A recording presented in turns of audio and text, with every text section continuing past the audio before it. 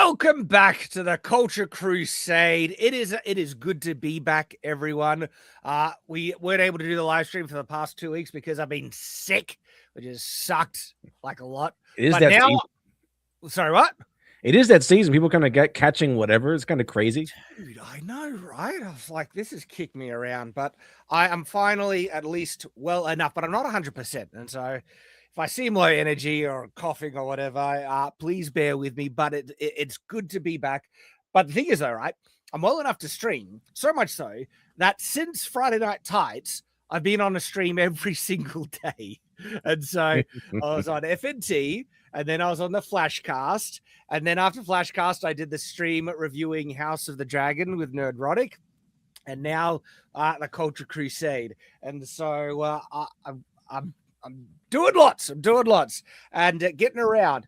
Now, the big topics for today are going to be, of course, Supergirl and Angry Joe Spurgout.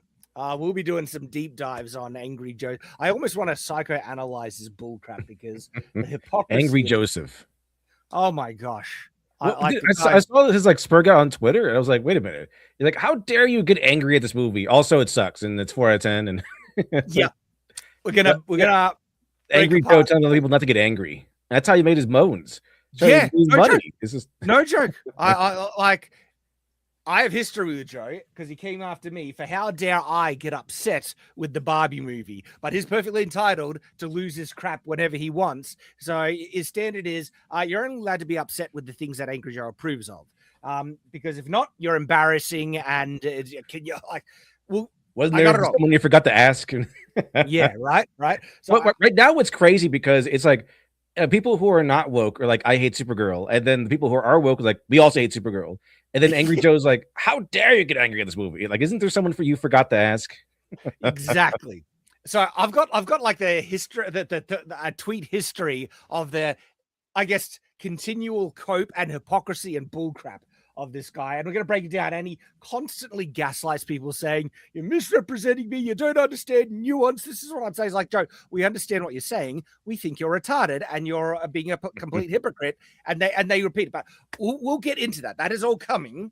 But you know how I like to start with some smaller topics, some lighthearted topics, and we'll build up to it. People are still rocking up, they're still arriving, and so we'll build up to the larger things as usual. And so to kick us off, right?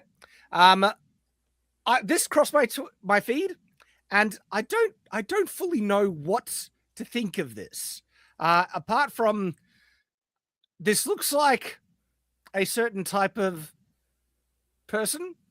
So I don't know. Is it the hair? Is it the glasses? It's the posture. Posture. Maybe media body language. yeah. She looks like someone who has got high media literacy. Like I'm about to hear some opinions on Trump that I really care to hear.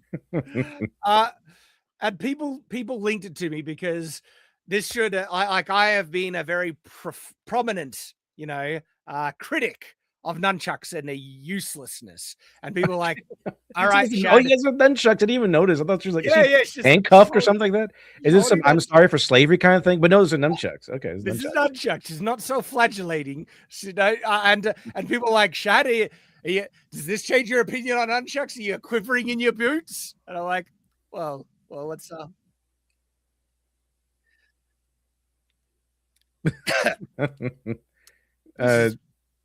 not scared yet, to tell you. Yeah, devastating. I mean, what is even the purpose of this? Is it accuracy? She missed like all of them. I'm like, I would like to think this is just something they're just having fun. There's nothing, or anything like that. But have you seen like those Antifa training videos where some of these I saw it a long time ago. Yeah, it's so cringe. They can barely do anything, but they think they're awesome. Yes, and like this reminds me of that, but I don't have confirmation this is that. It just reminds me of it, where we did see like some feminists and woke ideologues and Antifa members. They're training for the revolution, guys, and they look like this. They're just like, Dangerous stuff. That dangerous stuff. Okay, nunchucks. Nunchucks suck. And you can tell, like, she's more afraid of the weapon than like anything else. Like, she's worried about hitting herself. And she almost does. That cracker on her hands. She's so afraid of everything. Well, she should be. This is a weapon that she's almost hitting herself. Like it's. I mean, it's just nunchucks. She almost does. Do you see how close? Bruce Lee made them hitting himself. She does hit herself. That's making contact with her head. Just doesn't seem scary. No, I feel like I would win this battle just by standing still and letting her swing those things. Yeah, like sticks are better. That was like the big revelation that offended so many people. Where in my videos, I was just like, "You think nunchucks are so good? Let's compare it to one of the most basic. What about a stick? Like weak weapons, a stick." And nunchucks failed on nearly every comparison, just to a stick. And so, not a good weapon if it fails to the humble stick, but the stick is quite glorious. So that was worth a laugh. I was like, I want to share that. The next one, like, Lit Dev, here's a question. Do you remember or know that there used to be a Conan the Barbarian kids cartoon? Vaguely, yeah. Now that you bring it up, yeah, there was. I think they had a Rambo one too. Yeah, like a bit bonkers, a bit bizarre that, from such a mature, grown-up film with some pretty explicit stuff in it, they make an entire kids property of it. The thing is, though, I forgot about this cartoon. I forgot about it entirely. And I almost feel ashamed that I forgot about it, because when this, it was just a random Twitter thing, came across my screen. John remembers. Here he is, and he will be joining us shortly. Right? This came on my feed, and it just opened up a forgotten part of my memory that I had not thought about in years. I'm not kidding. I remember this cartoon, and I remember loving it. This cartoon was I haven't watched it since I was a kid, so I don't know if it holds up, guys. All I know is that from memory as a child, this thing was friggin' awesome. And they did some things in this cartoon that I forgot, but it was so cool. So he fights serpent men in this cartoon, and he has his sword is made out of star metal, a special magical metal that can banish the serpent men to another realm upon contact. And then he goes on adventuring, fighting these serpent men, and he finds other plucky adventurous heroes. One person who has like ninja star things that are the star metal stuff, and other things that banish these serpent men, and they join him. And then he ends up getting his shield that has like a phoenix that inhabits the shield. Oh, yeah, and can come out of the shield. Yeah. And then this is it.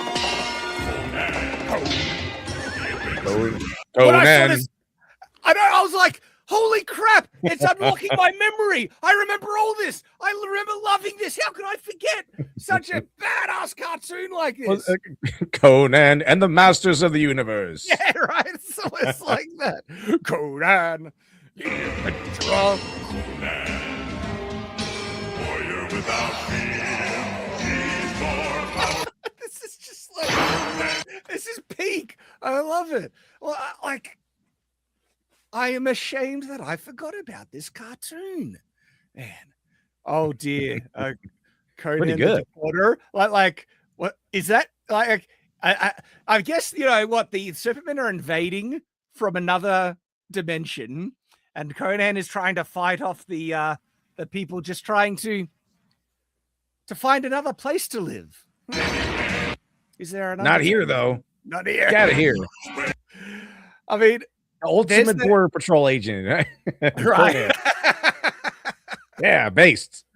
Oh, that's right. Inject this is directly my veins, man. I want to get a remake of this. Not a remake of Conan. I want them to adapt this into live action, dude. Like just the idea of the star medal and making like awesome weapons that are one of the only things that can fight these evil invaders. Across the land and sea. Conan, the best warrior ever. I love it. And the sword design, look, it's fantasy and it's awesome. I mean, His quest. That line was real. He is the best warrior ever, like the greatest warrior ever. That's his role in the stories too. Oh man. And so this trailer actually gives you kind of the breakdown of what this old cartoon was, right? To undo the spell of living stone cast upon his family by driving the evil serpent men back into another dimension. I love it. He can't kill them, so he has to send them to another dimension. Well, like they did that obviously for rating, like age appropriate stuff. He can't be just hacking up. You know, if they did Green Blood, I thought that would have been awesome. Samurai Jack did it by making everyone robots, but they can't do that. Exactly. Yeah. So his sword, the Star Medal, reveals that they're Serpent Men, and then also on contact banishes them. And that's how they keep the age rating down. And vanquishing their leader, the cruel wizard Rapamon. Dude, it's like I remember all this. I remember being so into this. Oh my gosh.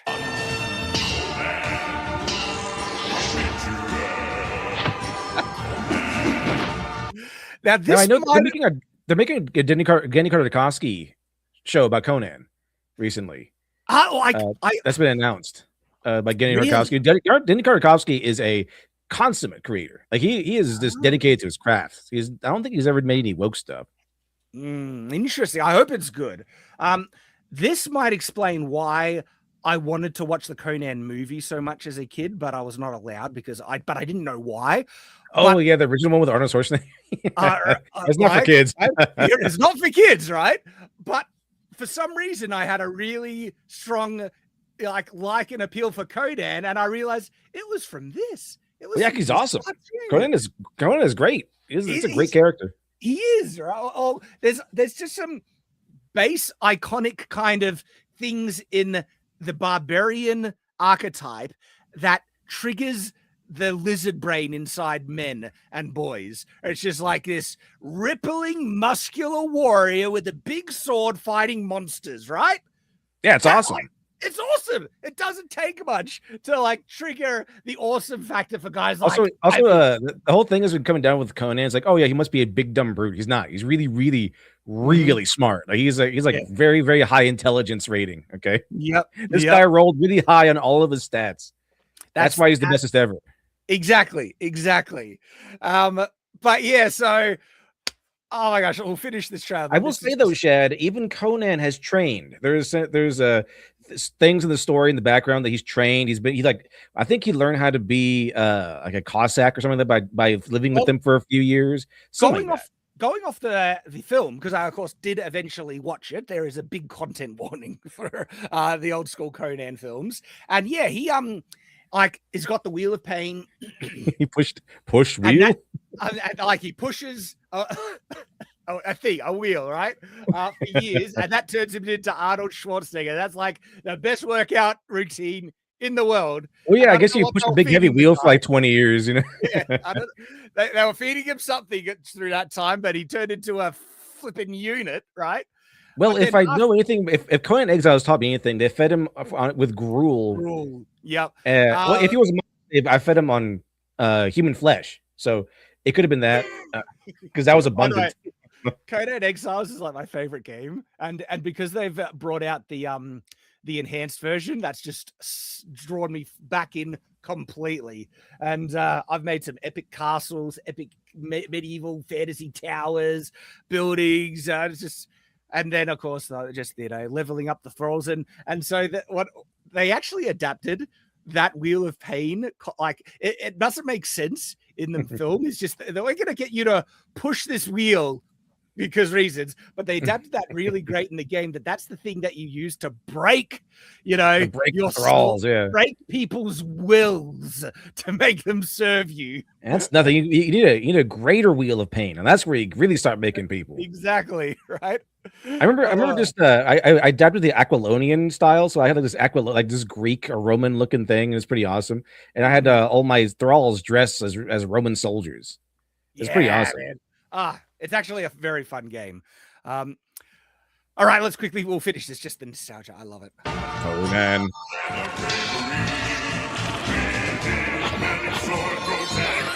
Oh, there's the bird that comes out of his shield. What a cool little concept, that, man. He's got an animal companion in his shield. Love it. Love the sword design. Those are all his companions. I love it, man. His face. That's a good face. Right?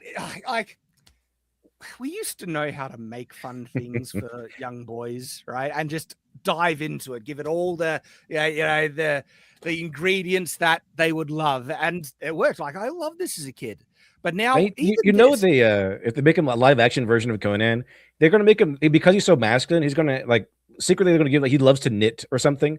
And then also he can't understand sarcasm, because that's every strong guy today. They had a Conan adaptation that works at Amazon that they axed and replaced with Wheel of Time, and they axed it because it had too much toxic masculinity. Oh, so it was good. It was going to make us too much money. It was going to make too much money, right? Too much money. No joke. They would even think the cartoon too much toxic is too muscular, and that's just inappropriate, and is fighting monsters, and the undertones of having people coming from another realm, invading. I was like, and Conan fighting against it. It's like fighting the illegal immigrants. It's too anti-immigration. We gotta get rid of that. They just do not understand. They do not understand. But have you ever seen Demolition Man? It's like that's how they treat masculine. Like if you're a masculine man and you're in the cryo chamber, whatever, they teach you how to knit, so you become a more soft, docile man. Yeah. So that's what they're doing to a lot of masculine characters today. It's like, okay, he's strong and tough and muscular, but he likes to pet kittens. He likes poetry or something like that. Like they have to give him some sort of soft, or what's considered a soft trait. On that note, right? That has been done before, even before the woke era, where usually it was funny though. It's like, haha, it's kind of funny. But also it's the idea of restrained, controlled violence and stuff. And they a good example, like Jackie Chan films, where Jackie Chan, his characters are usually very friendly, kind, very fun, soft-hearted, right? He sees an angry, a hungry puppy, and he'll give him, his own food and things like that. And you'll find this in old school Superman and things like that, where masculine strength was always depicted with good, gentle virtues. That violence was a last resort. Now they want it they've gone overboard with that stuff, where male kind of aggressiveness, competitiveness, and also a desire to defend women. That is all toxic masculinity. We can't get rid of that. It's scary, because masculinity is this not toxic or this normal, healthy masculinity is too scary. Exactly. But there are some signs of old school masculinity that rear its head now and then, and this is one that reared its head across my feed. I hadn't seen it before, and you might get a kick out of this. So this is a John Wick competition. Oh, I like that. I read. Yeah, all right. Two guys come into an arena dressed in suits, and they fight over the first person to get their hands on the gun, and whoever gets their hand on the gun first wins. Have you seen this? That sounds awesome. I haven't seen it yet. This is wicked. He won. He won already. He won.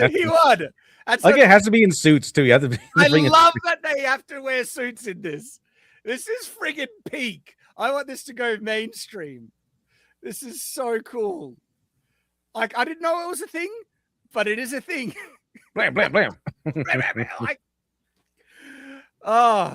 Now, funny thing though, I don't know why. Well, I do know why I'm being hyperbolic, but there's no women in this competition. I wonder why. Well, it's probably because they lined it up so like men versus men at the very least. At the very least, but also this is just not the general thing that women would enjoy.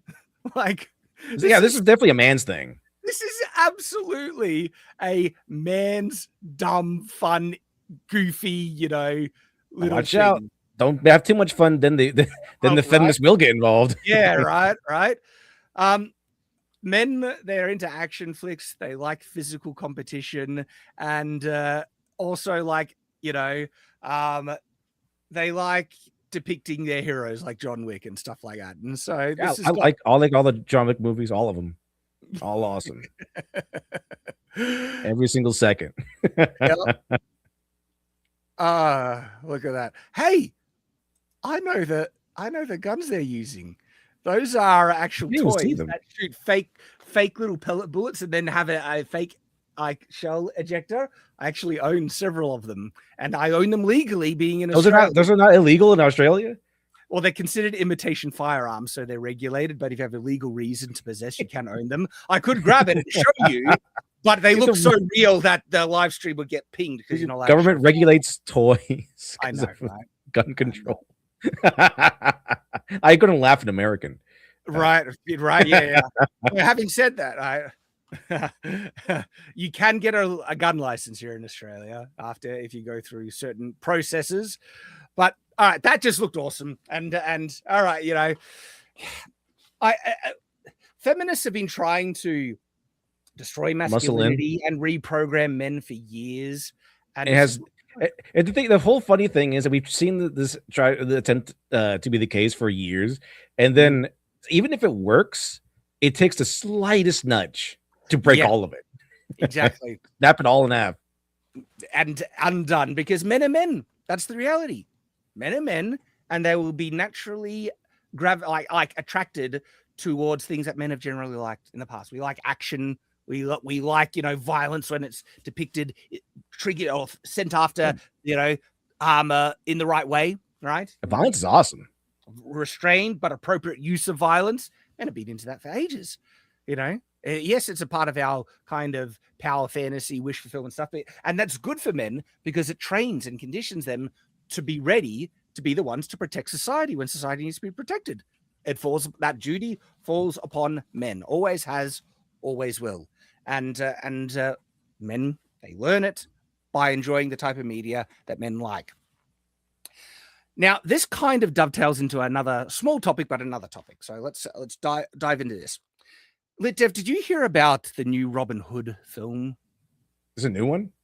Yeah, right. So. I like barely any. I saw a trailer for this, and I was like, the 4,000th Robin Hood film. Like this, do they really need another one of those? Well, what are they going to do with Robin Hood? Are they going to be like, oh yeah, he's going to kill the rich, which is Elon Musk or something? He's going to Elon Musk. Now you're catching on, Litdev, because this is in the modern day. Like classic Robin Hood, right, is a based as hell tale. It's about libertarianism. It's about taking back your taxes.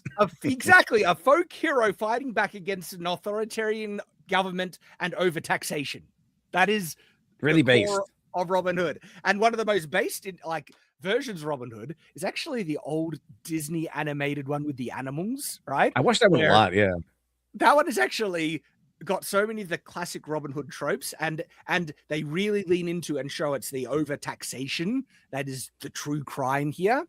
And so the tagline and a king who is a man that is very effeminate as a key factor there. That a lot of the evil men are not necessarily gay, but they are very effeminate, which means they lack masculinity or childish. Like if you have a look immature. At King John, exactly. If you look at Prince John, Mommy, that animation, mommy, and he's sucking his thumb and things like that. Like even as a kid, I knew this guy was pathetic. I knew this guy was a villain. And it was just simple storytelling that depicted some classic tropes, like boys, you don't want to be a childish baby and selfish and just wanting to take everything. You need to be like Robin Hood. Robin Hood is someone who puts his life on the line to protect the rights of others that deserve it, right? And to oppose authoritarianism, tyrannical government, taxation, all that stuff, based as hell. And so one of my favorite films still to this day is Robin Hood. Good. with Kevin Costner. I love that film. I like that one too. Yeah, I love. It's that weird film. that Kevin Costner is Robin Hood, but Yeah. it's still a fun movie. I love it so much. And Alan Rickman as the sheriff of Nottingham is just glorious. Alan Rickman was really good at the Sheriff of Nottingham. It was really funny. The best. And call off Christmas. I'm gonna cut your heart out with a spoon. I love it. I love that. It. Was good. Alan Rickman is a really good villain. Oh, peak villain, one of the best. Oh my gosh. And the action is hell of a lot of fun. Good overall messaging, classic heroism. Like the core of it, like the climax is Robin Hood saving Maid Marian from the sheriff. It's a damsel in distress. Classic heroism, classic storytelling, peak brilliance. But the thing is, though, we are living in a woke era. We can't really have stories like that. And so if they're going to be making a new Robin Hood film, well, this is the kind of thing that they need to do it. So guess what? I think this is already out and no one knew about it and no one cares. So Hugh Jackman... he was no hero. Exactly. Look at this. He was no hero. This is a deconstruction of our classic tales, classic stories. And that's how they showed it. I've seen the trailer and that's what it looked like. And I'm like, you can get stuffed. I'd never watch a piece of... I love Robin Hood. He's a childhood hero for me. And you want to deconstruct him and make him out to be, a liar and there was never a hero and it's just a violent... I've heard no one talk about this movie. Like no one. Like no one. And I think that one of the reasons is because no one wants to see Robin Hood pissed on. A lot of the people who would be into this film, like me, who love Robin Hood, you show me this, I'm your target audience, and this is it. This is called The Death of Robin Hood, and the tagline being he was no hero. Piss off. Like I would ever be interested in watching something. Another one of my beloved heroes just desecrated, belittled, pissed on, and made a mockery of. And now the movie was like turning him into like Leo Bonhart, where they introduce a bunch of like woke looking like Antifa characters that we're supposed to root for, and then Robin Hood kills them all. I'd watch it. Yeah, because I want to see a movie about Leo Bonhart, just killing all these Antifa folks. Give Robin Hood, I was going to say the John Wick treatment. Imagine if they did the Citizen Vigilante treatment or something like that. Like, if you want to make a Robin Hood... He has to defend the border. Right. Well, the Crusades is a big part of this. So yeah, he could literally fight Muslims. Yeah. Right. There are ways that you can make Robin Hood and to get a lot of attention that people would be interested in watching, but not like this. Not like this. And I'm actually kind of pleased that I haven't seen the film, but guess what? I don't even care if the film is good at this point because I saw the marketing around it. And if this is the treatment that you want to go with our beloved heroes, get stuffed, right? You don't deserve my money. You don't even deserve the benefit of the doubt on me even giving this movie a chance because you've already done enough insult with what you're showing here. And it's just par for the course. Just par for the course. Like, think about what they did to Indiana Jones. Think about what they did with Luke Skywalker. And you can go through the list. Go through the list. Now, I want to get the Death of Robin Hood. Yeah. And they got Hugh Jackman in the role. Hugh Jackman. Hugh Jackman. I would never picture Hugh Jackman as Robin Hood. Well, I mean, it's an old, grizzly, retired Robin Hood who's world-weary, jaded, and is just like, I was no hero. I was just a murderer, basically. Retired Robin Hood. Exactly. But then, like, the concept of this film seems to be like he's jaded, retired, gone, and he goes to another place, but then bad guys show up and he ends up being forced to be, I guess, a hero again. I don't care. You've already done out of retirement. Yeah. You've already done the damage. And it really was like prophetic in Deadpool. Like, till you're 90. Till you're 90, Hugh Jackman. Yeah. Man, I like him as an actor. I think he can do certain roles great. I didn't like Deadpool and Wolverine, but he was phenomenal as Wolverine. He still owns the role. And he could do a Robin Hood. He's a bit aged for it, but I mean, an older Robin Hood, but still, I don't need this type of treatment.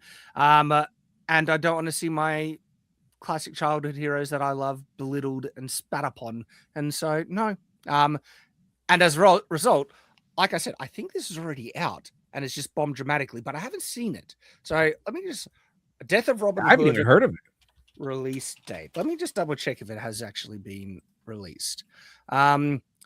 June 19th. Yeah. It like 2 weeks ago. It released in the United States on June 19th. For audience in Australia, though, June 18th. So it's out here as well. And it's just like DOA. I've heard no one talk about or review this film. I wonder why. Like, you'd think Hollywood might actually get the message by this point, but I don't think so. Like, again, this film has been in the works probably for a couple of years, and so there was probably, you know, some woke people gathering together saying, okay. "Yeah, I got a great idea. Like, let's take Robin Hood, but, you know, emasculate him and deconstruct him and show how much of a problematic person he was. But then he has to be rebuilt in a hero new way." I haven't seen the film. I could be completely wrong, but this is all the vibes I'm getting from it, and that's enough. Especially, I think a film at this point, I almost feel like a film does deserve to get judged on its marketing if it's super, super bad. And it kind of gets what it deserves at this point if it fails due to disastrous marketing. Masters of the Universe, a film that I loved, has bombed dramatically at the box office. It kind of deserves it because of the dog crap marketing that was around it, where they purposely were trying to say, "Oh, this film is about toxic masculinity and all," and they had all the woke talking points, everything like that. Have you not woken up that is the type of, you know, commentary around a film that is going to turn off thousands, if not millions, of people? But no, Hollywood hasn't figured that out. They should have made it. They should have made an action movie. They should have promoted like an action movie, not Exactly. like this is a lesson to be learned kind of movie about toxic men or anything like that. It should have been an action movie where it's just a bunch of scenes of He-Man fighting Skeletor and punching people in the face. That's what it should have been. And it would have done so much better if they marketed it that way. But the thing is, though, I actually think the creators of the film themselves believed that about He-Man, but something happened. Something kind of very, very rare, where they accidentally made a very based film. And when I say based, like, I accidentally make complete fun of, you know, pronoun culture, HR culture, the push to feminize men and pull them away from being into weapons and nerdy pop culture things. And without them realizing it, they made something really, really based. And it's like, how did they end up doing that? Sometimes they do. Rare times where they try to be so woke that they horseshoe theory around and they end up self-reporting themselves. Kind of like what they did with the Barbie movie. The Barbie movie I hate, but there is a narrative that you can apply to it saying, "Oh, this is kind of self-reporting feminists a lot," right? Yeah, well, obviously. But I think there are things in that Barbie movie that make it, like, the fact that, you know, oh, we want equality, but at the very end, we're going to make Ken second-class citizens as well. And, you know, you won't get your rights until women in the real world get their rights and all that bullcrap. I'm like, get stuff. But the thing is, that's so blatant that it like, lines like that show them as awful. But the feminists who watch it and feminists who write that thought that was a girl power statement. Man. So what's even worse, though, because I read an article recently. It was a recent article made by CBR, and I don't know how CBR does it. They find the most media illiterate people to write articles for them. It's like a talent. Like they find the most retarded people to write articles for them every single time. But it was about Cowboy Bebop and how terribly it aged. Mm-hmm. And to summarize, without going over every single point, it's not that they prefer like a good meal or bad. They want slop. They prefer slop. They think slop is superior. They were actually complaining that there's too much subtlety in Cowboy Bebop. That there's not a lot. They don't just blurt out everything. You have to read between the lines. You have to figure it out for yourself. And that's an issue with them. I'm not smart enough to understand a thing, so you need to make it dumber so people like that's what they literally. This article literally said. And so they literally use the term therapy sessions. They want more therapy session scenes where they talk about their feelings and explore like what they're thinking, you know, what they're feeling at the moment. He wants they want Spike to actually just confess all of his feelings to Faye and to everyone, and all that stuff. So it's not that they're accepting of slop. They think slop is superior to a well-crafted meal. That's kind of what they like. Oh, you gave me this frog raw and a nice medium rare steak. What the hell is this? Where's my McDonald's? Right, exactly.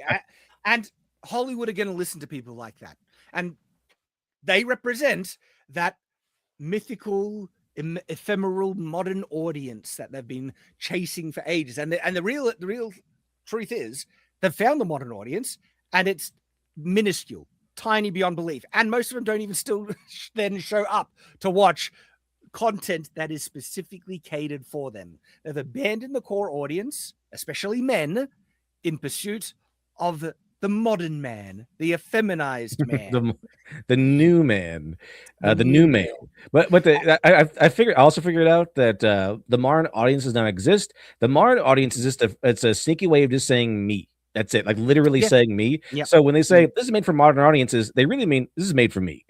Me personally, like this, the writer personally, the creator personally. Yep, exactly.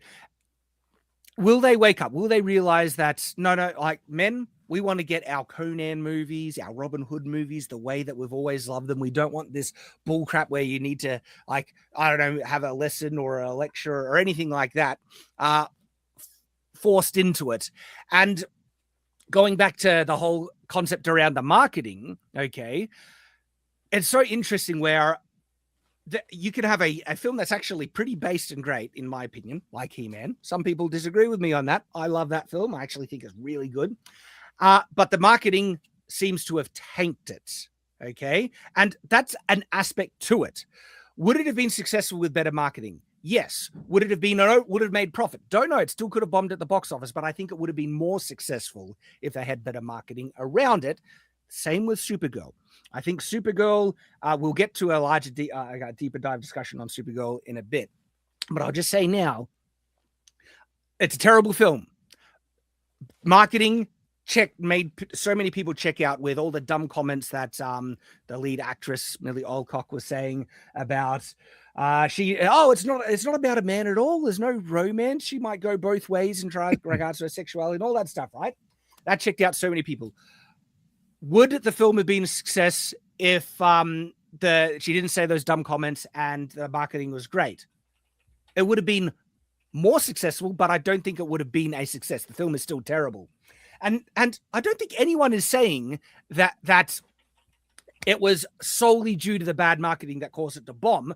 Everyone's been pointing out this has made the situation far, far worse. That's the context. But people like Angry Joe, he doesn't understand that at all. We'll get into the larger discussion on that a bit later in the live stream or in its own separated clip video. If you're watching this as one of the later clips, we'll have a deeper dive discussion on that. But in regards to the marketing overall, yes, Hollywood and the people producing these films, they get what they deserve if they do this bullcrap woke pandering marketing and it turns people off the film and it harms it even more. And even though I love Masters of the Universe, it got what it deserved because the creators actually seem to kind of have believed it, that this really is talks about. No, it's not. What's kind of funny about this, right? Their view of trying to depict masculinity, right, in a, modern lens, right, in a way that is like, let's expose toxic masculinity, was actually just a traditional classic masculinity of controlled, restrained violence, but they are that disconnected that they do not know that's actually what masculinity has always been. But they felt like I have this stupid view of what it is. And there's like, no, we need to correct it and show it the way it should be. And it's like, and they ended up just doing it what it always has been.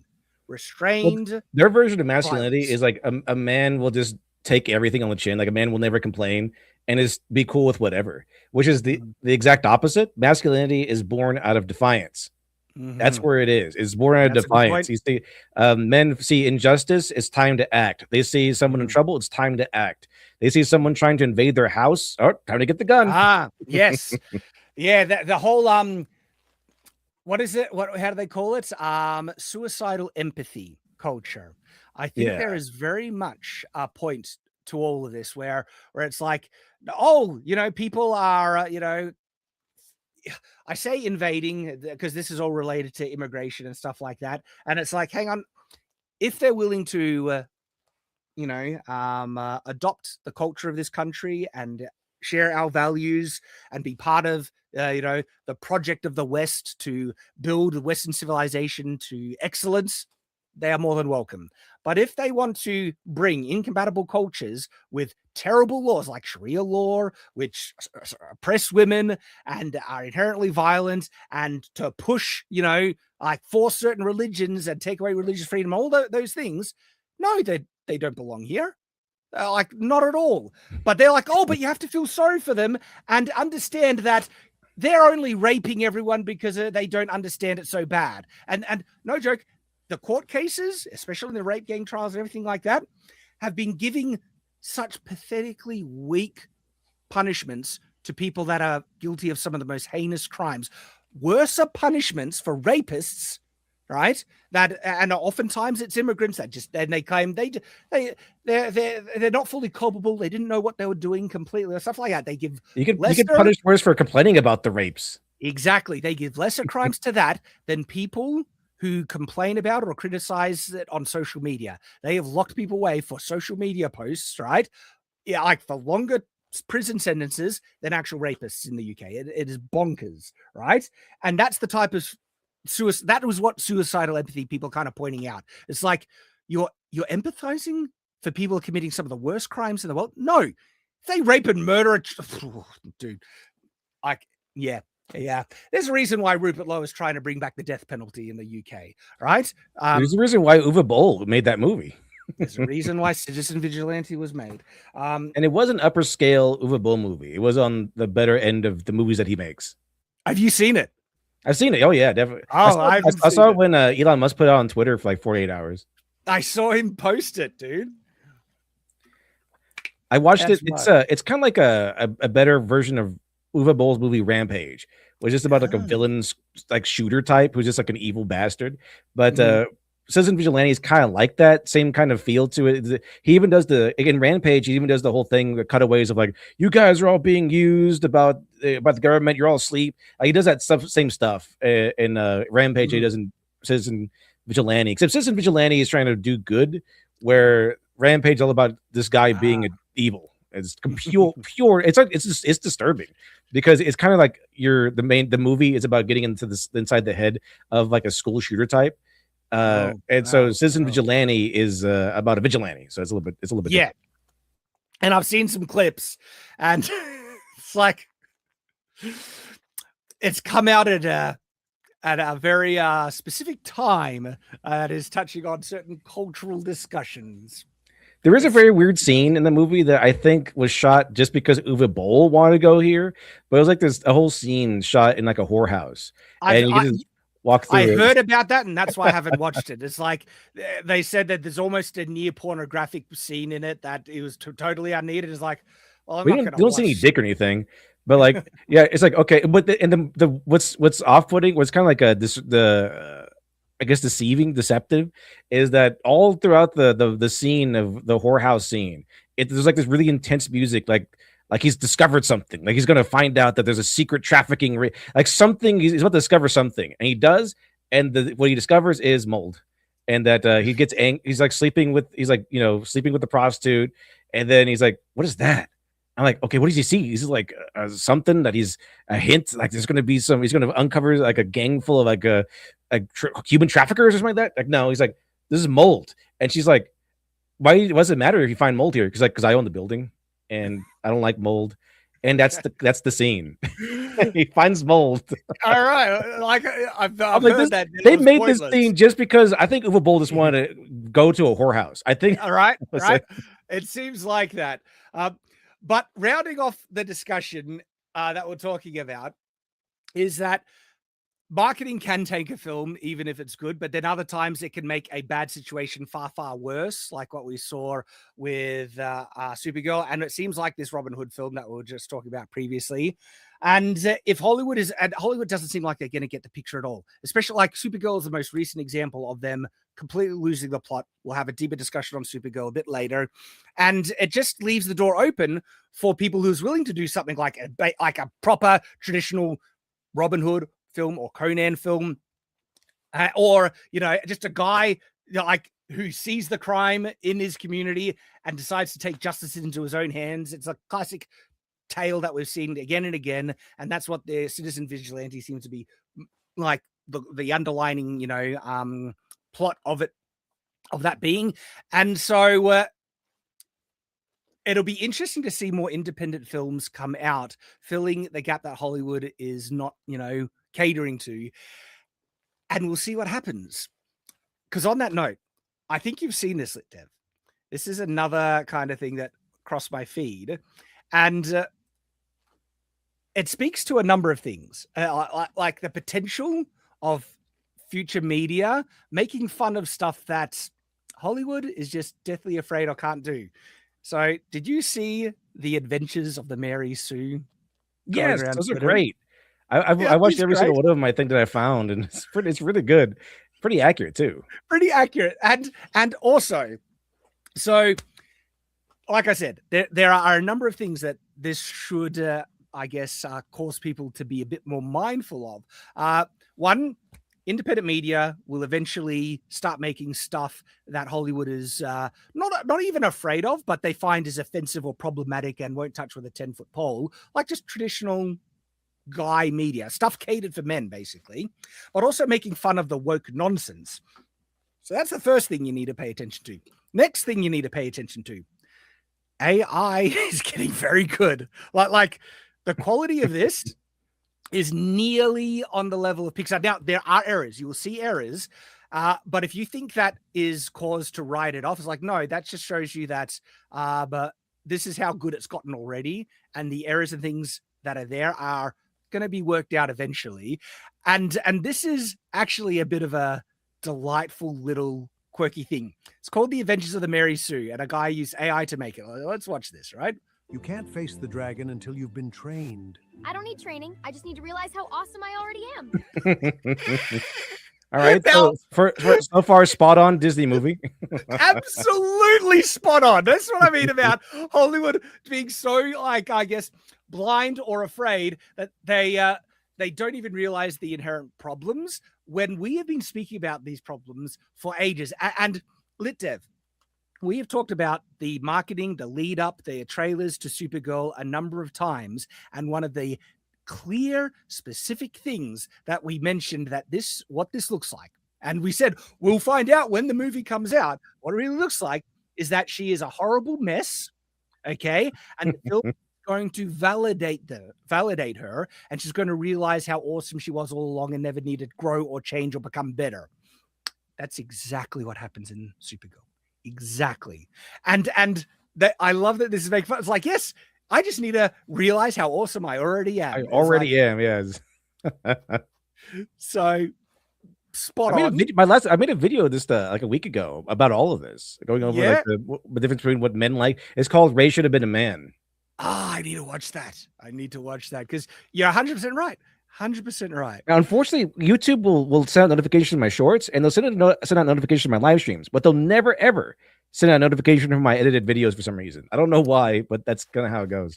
Yeah, and on that note, everyone, I would like to do a bit of an experiment. Okay, could everyone who is watching the stream like the stream? Now, I know this feels like, you know, the cliche, like and subscribe and everything, but I've been seeing signs that this actually might improve recommendations of this stream. If you like the stream as it is live, that actually might encourage the algorithm to push this live stream out and recommend it to more. And I've seen people like, and I'd like to see if it works here, say, like the stream now, and then their viewership actually goes up almost at a consistent rate of people liking. So if everyone can like it right now, and I like, how many likes do we have on the video at the moment? I should just quickly check it out, because if we could hit a goal, we have like 193, nearly 200 people watching us right now.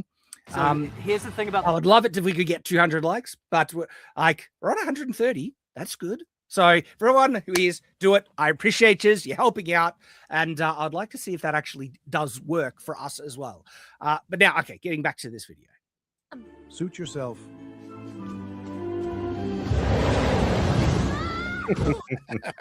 Immediately annihilated. Are you taking new students? So, like, unironically, right?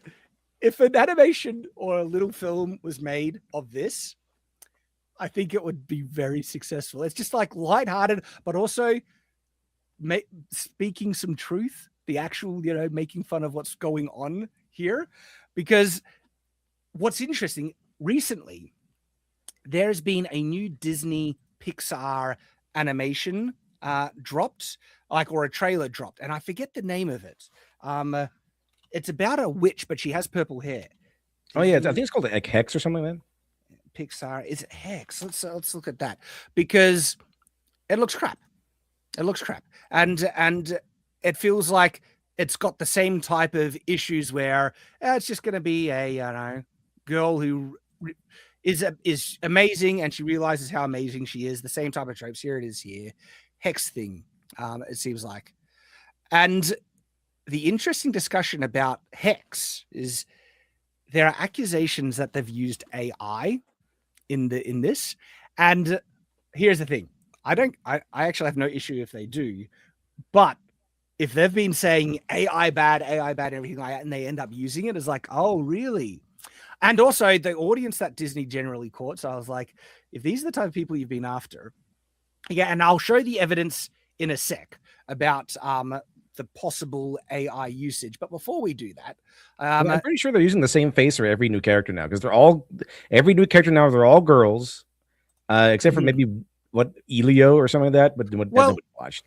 The crazy thing is, right, is if we go back to this thing here, this looks flawless in terms of matching that same animated style, like the expression, the fidelity of the scene. Like to make something like this back in the day would have taken a lot of resources, and this is just like a fun little goofy thing that some guy on the internet decided to make. And he actually might be a former animator, it turns out, or something like that, who's actually worked a bit in the industry. The guy who made this, Josh Dawes, his name is. And I think I saw a tweet from him. If I'm wrong, I apologize, but I have a memory of him tweeting something like, that AI is just so much fun to concept stuff in such a an almost finished state, where before you would need to invest like thousands of dollars to explore an idea to get it to this level of presentation. But AI enables you to just explore ideas, show it what it could look like, and you can do it for such a tiny cost. And that is, I think that's what it's for. Exactly. And so, look, here's a fact. Here's the fact of the matter is that artists do this anyway. They did this before AI. It says that AI gives them a person who'll never get tired of listening to them. Mm-hmm. Yeah, like you do this. Someone kind of combined it with like, oh yeah, it's like AI is kind of like an idiot you go back and forth with to get to the right idea, like House and his minions in the show House. Mm-hmm. Yeah, that's exactly what it kind of acts like. And so that one did so well that he made another one, and it's just this cute, fun thing. And this one, I almost got like, I think 500,000 views to 1 million. It's like something quite large. And so this is another one. And I just think this is now, actually, let me just reshare it, because I don't think I shared the audio on that one. And so, and it's just this fun, short, charming little thing making fun of the Mary Sue bullcrap we'll be getting.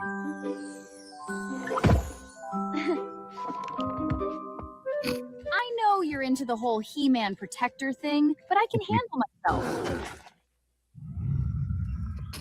Yeah, this guy. Let me show you how this is done. It's like, yeah, show him. There is such low-hanging fruit that you can make fun of, that Hollywood is deathly afraid of doing, right? But if you do, it's just like, now, of course, if you're paying attention, the background changes. The background isn't consistent in these things, right? The thing is, though, like some of this is really impressive. Like, it's actually showing the contact of the punches and showing depression in this. Is like, this is actually It's pretty good. impressive animation. But...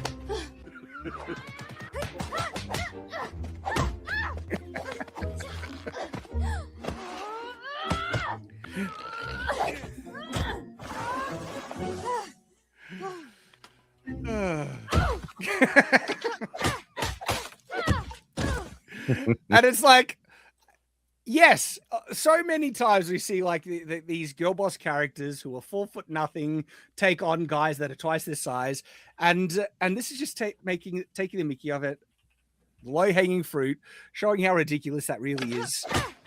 This guy is so masculine that that they would definitely have the shoe drop and like he's like a coward or afraid or something like that. Oh, don't stop hurting! Why are you trying to hurt me? And then also this guy would definitely not understand sarcasm because he's way too muscular to understand sarcasm in today's I guess field or whatever. Yeah, because they did. I know not only does Drax not understand sarcasm, they did the same thing with the Paladin in Dungeons and Dragons. Like, yes, I don't understand sarcasm either. I guess he's way too masculine. So exactly right.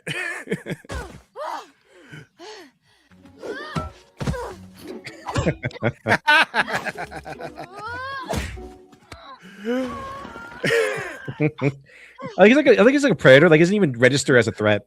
I know. But like, feminists and the whole narrative have actually fed women a bit of a lie, especially with in media where they show, you know, women who are like really short taking on much larger men, and it's the lie that really happened that way. Yeah, that's not how it plays out in the real world. And real life is not a Marvel movie, turns out. There are actual like videos that people have posted of entitled women that think they're all that, right, going up and attacking men. And they're not good. These videos aren't good because they get laid out when the guy snaps and just hits back. And there's like the actual contest between men and women in terms of physical strength. The average man against the average woman. Guess what? It's kind of like this. There's nearly no contest. I've been shocked. I've been shocked at the physical disparity between me and my wife. Right, and I'm an average guy. I don't even think I'm particularly strong or anything. Right, but the level of weights and boxes and things my wife can lift versus me, like it's kind of shocking. It's kind of shocking. And I would never abuse my wife, never intimidate, never control or anything like that. But if I was a bad guy, a bad person, right, it would be easy beyond belief for me to physically overpower my wife because of the physical disparity between us and what I've seen the difference, right? And I would never do that because that's why it's so important for men to learn about their strength. And the classic tagline, with great power comes great responsibility. If you look at a lot of masculine stories, that's what it is. It's a lot of masculine stories teach young men that it's about control. As Jordan Peterson says, you have to be a monster, but a controlled monster. This is why, like, people think that this trope is now out of date, and I disagree. The classic trope that you never hit a woman, okay? And people say sometimes women really deserve. I'm not, like, if your life is in danger and you're being physically attacked by a woman, you're entitled to use the appropriate level of force to protect yourself, okay? But I still think you need to use it in restraint because hitting a man, they're able to resist or survive a punch from a guy much better than a woman is able to. That's the reality, right? And when a guy hits a woman, vastly more injury and severe consequences can result, which is why that trope has existed. Like, men, when it comes to using violence against women, even in your own defense, you need to use it proportionally because there is such a significant strength disparity between men and women. This is an important virtue that men need to learn, but feminism has been trying to undermine it. It's like there's no difference between men and women, and how dare you treat women differently? You need to react to women the exact same way you react to as a man. It's like, no, that's a recipe for disaster. Okay, that's exactly what I do his videos about. I go intimately into what women want and what men want, and I even kind of make a little comparison here. Like, oh, you know, if Harry Potter was written by a man, he would start off lowly. Like, there would be no the boy who lived. He would start off at the lowest dregs of society, even in the wizarding world. And he would and the whole story would be about him getting stronger, learning new spells, so he can overpower and conquer Voldemort. But then I was like, you know what? That's all hypothetical. we can't really look at, oh yeah, it's Mashal, Muscle, and Magic, an anime, which is a Harry Potter parody written by a man. It's a shonen. It's about him exactly doing that. Exactly. And he's so lowly in that one that if they discover that he can't do magic, they will kill him. No, so many tales written by men have the protagonist start off as like sly, the lowest rung in society and everything, and they go on an arc to learn strength, grow. And a good tale is when they go through that arc, they learn the appropriate use of that power as they gain the power. And part of the appropriate use of it is to protect those weaker than you, which include women. But that is now offensive to feminists, because how dare men treat women differently? It's like, feminists, you do not want men to treat women the same way that they treat men in violent confrontations. You do not want that. That's why we like the idea of chivalry. Like, a lot of men like the idea of chivalry because it's appropriate.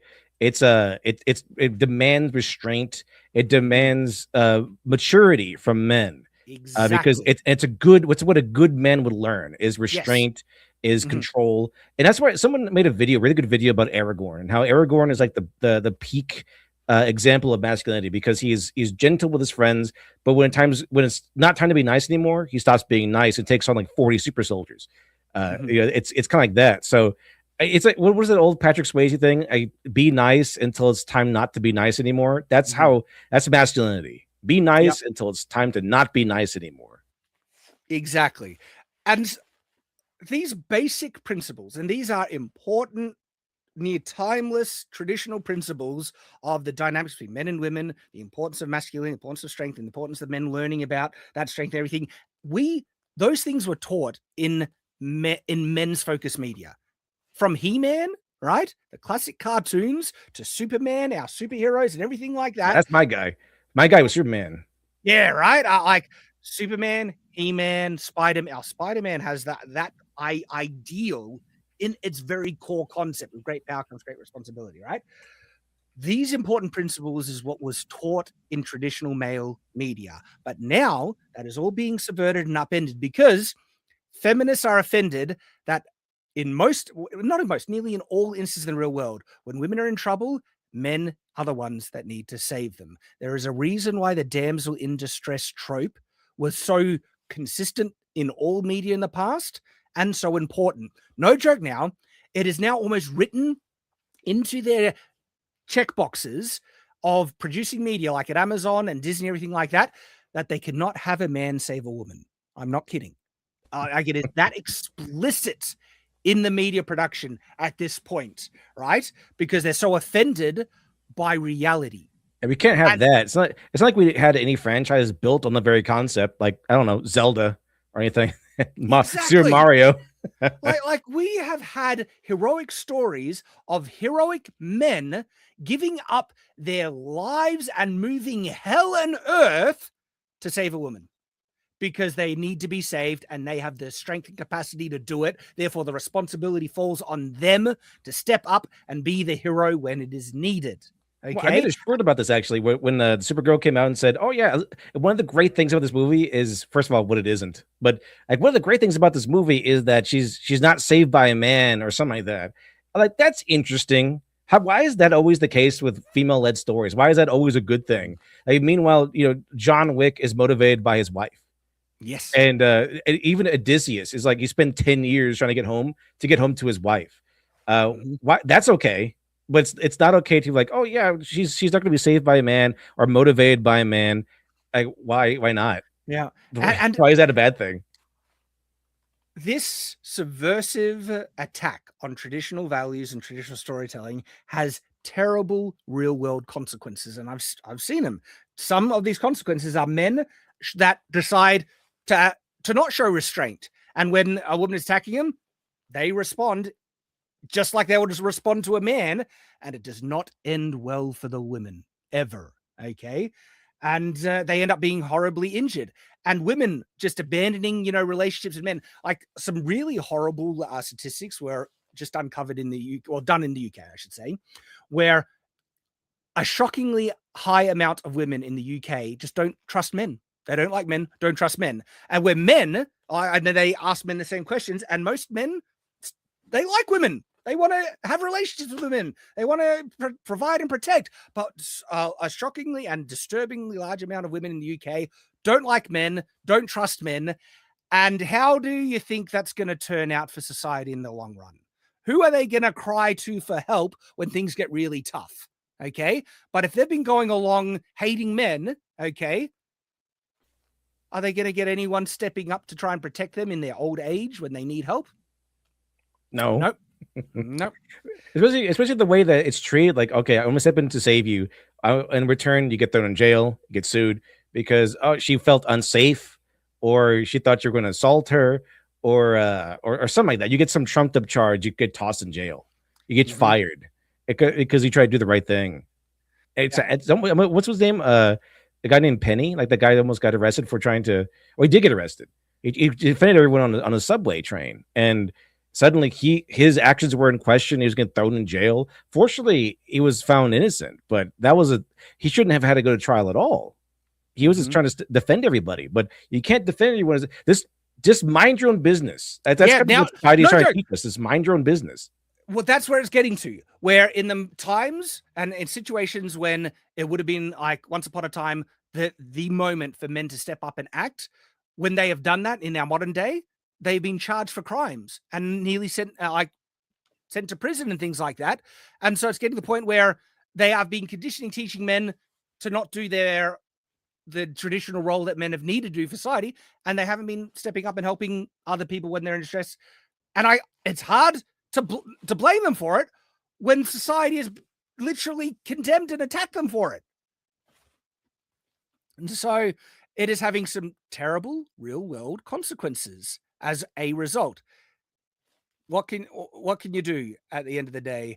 And I still promote the traditional, virtues, the traditional things. Having said that, though, right?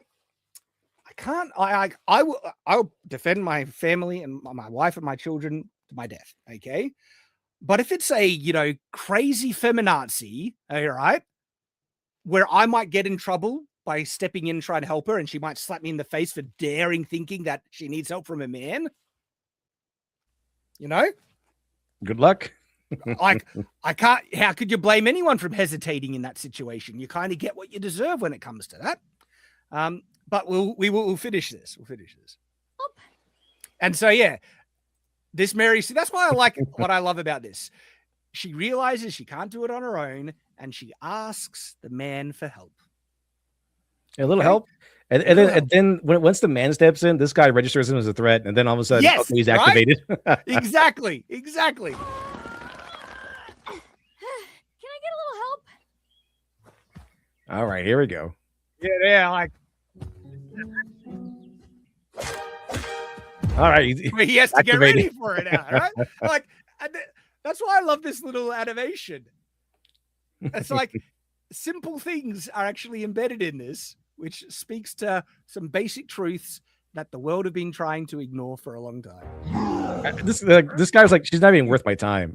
Yeah, right. But then the guy comes in, and men, we on average are happy to do it if we are acknowledged for it, or even sometimes not even acknowledged, or at least not punished for it.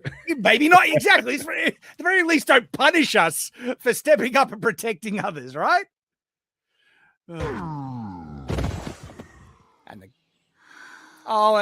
look at that. She likes him for it, isn't it? She's kind of falling for him, which is the natural, normal kind of exchange that has often happened between men and women. Yeah, feminists say that, when the knight saves the princess, she has to marry him. No, she gets to marry him. Yes, she wants to marry him because women, this is shocking for feminists to understand, women like to be saved by men. They like to be protected. And here's another shocking thing. A lot of women like to be led by men. Here's that's the shocking reality that feminists would find horribly offensive. No, a lot of women actually prefer men taking the lead, because sometimes taking the lead it has a lot of risk, a lot of danger. Okay. And they're happy for men to do it because men We have physically aggressive personalities. We're more disagreeable than women on a psychological level, which means we're more naturally inclined to oppose and negotiate and challenge and push forward. And as a result, men have been pretty good leaders. I'm not saying there aren't bad eggs, but the natural kind of consensus throughout history is that it hasn't been men pushing women out of the way and taking the reins of leadership and oppressing women. No. Most of history is women pushing men into the roles of leadership because they would rather than men do it. And because there are dangers and men would cop the consequences. And if war breaks out, they would rather men be on the front lines. But those natural truths are completely attacked in the modern day. You know, all those feminists who say like, oh, women should be on the front lines too in the army. Like, are the feminists go to volunteering? It kind of feels like they're always pushing other women to do that. Yeah, I know. It's like in the whole wage, gender, pay gap nonsense, they never fight to have equal representation in, I don't know, plumbing, collecting the trash, fixing infrastructure and electrical wires and things like that. They never want equal representation in those jobs, interestingly enough. As a blue collar worker, I have come across an occasional woman that works in those fields. Now, when you find one that knows how to kind of roll with that environment, they are rad. They are cool.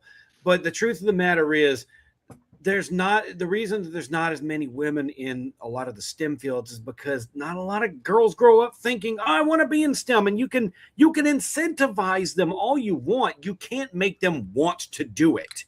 Yeah. And a lot of them that go into it seem to go into it with this mentality of, oh, the men said I can't go into this. I'm going to do it just to show them they're wrong. It's like, guys, I've worked as a sheetrock hanger. I've been an electrician, industrial instrumentation. I've been manufacturing. Okay. There are girls that can come in there, but they are very much tomboys. They are very much, they prefer to hang around guys. They like guy humor. They like how guys roll. They don't want to work around other women. They generally don't like other women. But when you go into I kind of got out of that and went into nursing at about the time when they started making these kinds of pushes. So I don't know how that's worked out since in the blue collar fields. But I got to imagine it's kind of about the same, just with a lot more complaining about who is or is not in those fields. And, what can I say? I'm a bit of I'm the minority in where I work. And it's a pretty interesting dynamic. Yeah, there are definitely exceptions. And when these are like just rad women that, can compete on an equal footing in guy spaces, guys love that. Never had an issue with it. Like the whole narrative that men have been stopping women from getting into Dungeons and Dragons and male spaces and comic books is nonsense. My experience is that guys have been desperate to get girls into those interests because they love sharing their common interests with, especially people that they're attracted to. But women on average are just not into it. We've been trying. You cannot force interest in something. Yes, exactly. And so look, that was just a hilarious little short, animation made by Josh Dawes. Check him out. He deserves the attention. And I would be fully on board with just a fun, lighthearted kind of Mary Sue series of a Mary Sue feminist just getting reset to factory settings by experiencing reality. That would be hilarious. You kind of saw that with the little swoon there. That was the female factory reset in action. That was the female, feminism, her mind being reset to factory settings. A guy. That was her ovaries exploding. Funny stuff. All right, let's get to the main event, gentlemen. Let's start talking about Supergirl and then Angry Joe. So Supergirl is a disaster. We're talking like a world record-setting disaster almost. This film, Supergirl, might not even make 200 million overall global. It's not doing great. It's not doing great. It's doing worse than the Joker. It's doing worse than the Marvels. Like this film. It has been a uniter though, because everyone hates this movie. Everyone hates the movie, and I find that interesting because it is so bad that even the people who were desperate to defend it, like Angry Joe, can't in good conscience defend it and keep any measure of credibility. And it is bad for multiple reasons, all right? And a lot of those reasons are its woke feminist ideology being injected into it, guiding the character decisions. Now, the reason why people like Angry Joe and everything like they're too dense to see it is because there's no overt statements about patriarchy and you know, toxic masculinity. Like, they don't explicitly say it. And so for people like that, they're blind. They're too thick to see it. But if you do not need to pay attention very much to see that this is a massive feminist power fantasy, this film, and it's the feminist type of feminist power fantasy that is resentful and loathsome, that anyone with a common, you know, understanding of just how, you know, reality, common sense, right, can see how resentful and awful a character this is. But we've talked about Supergirl a number of times, and we said this trailer, this character looks like the regurgitated feminist trope of a female character just realizing how incredible they were the whole time, and everyone, like, instead of actually growing and becoming better, everyone around them needs to learn how great they are and acknowledge and validate them. That's it.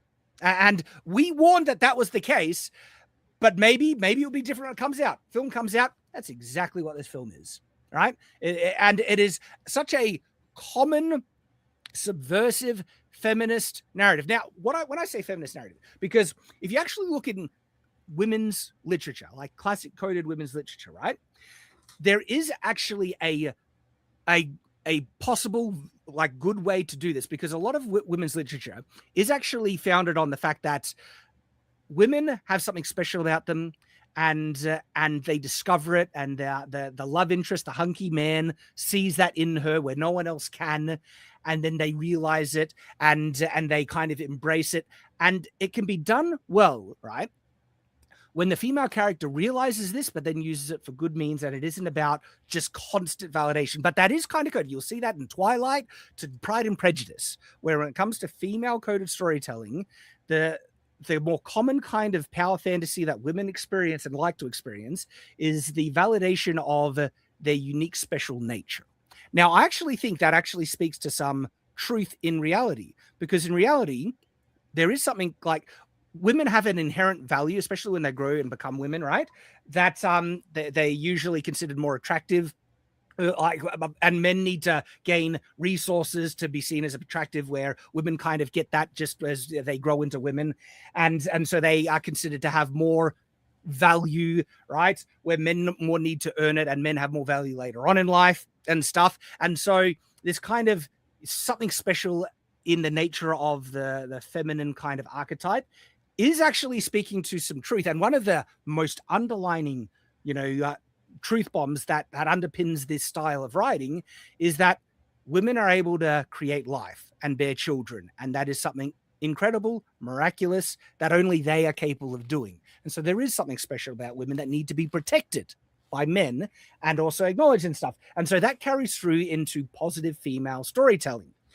When it gets subverted is that feminists come in and say, yeah, there's something special about us, and it's all the things that make us terrible, all the flaws and make us bad and messy and everything. And you need to acknowledge that all our negative things are actually virtues. And if you don't acknowledge those things as virtues, you're just a bigot and toxic. How dare you not accept me who I am? And the common kind of feminist narrative these days is that these unattractive, entitled, arrogant kind of girl boss attributes that feminists love to try and emulate from what they see in men. They try and kind of become men, and they say, you need to accept this as who I am, just like where, you know, the traditional virtues are good to realize and accept in women and women to, you know, grow into and stuff like that. But then they subvert that with negative attributes and then try and force the same thing. And men don't want to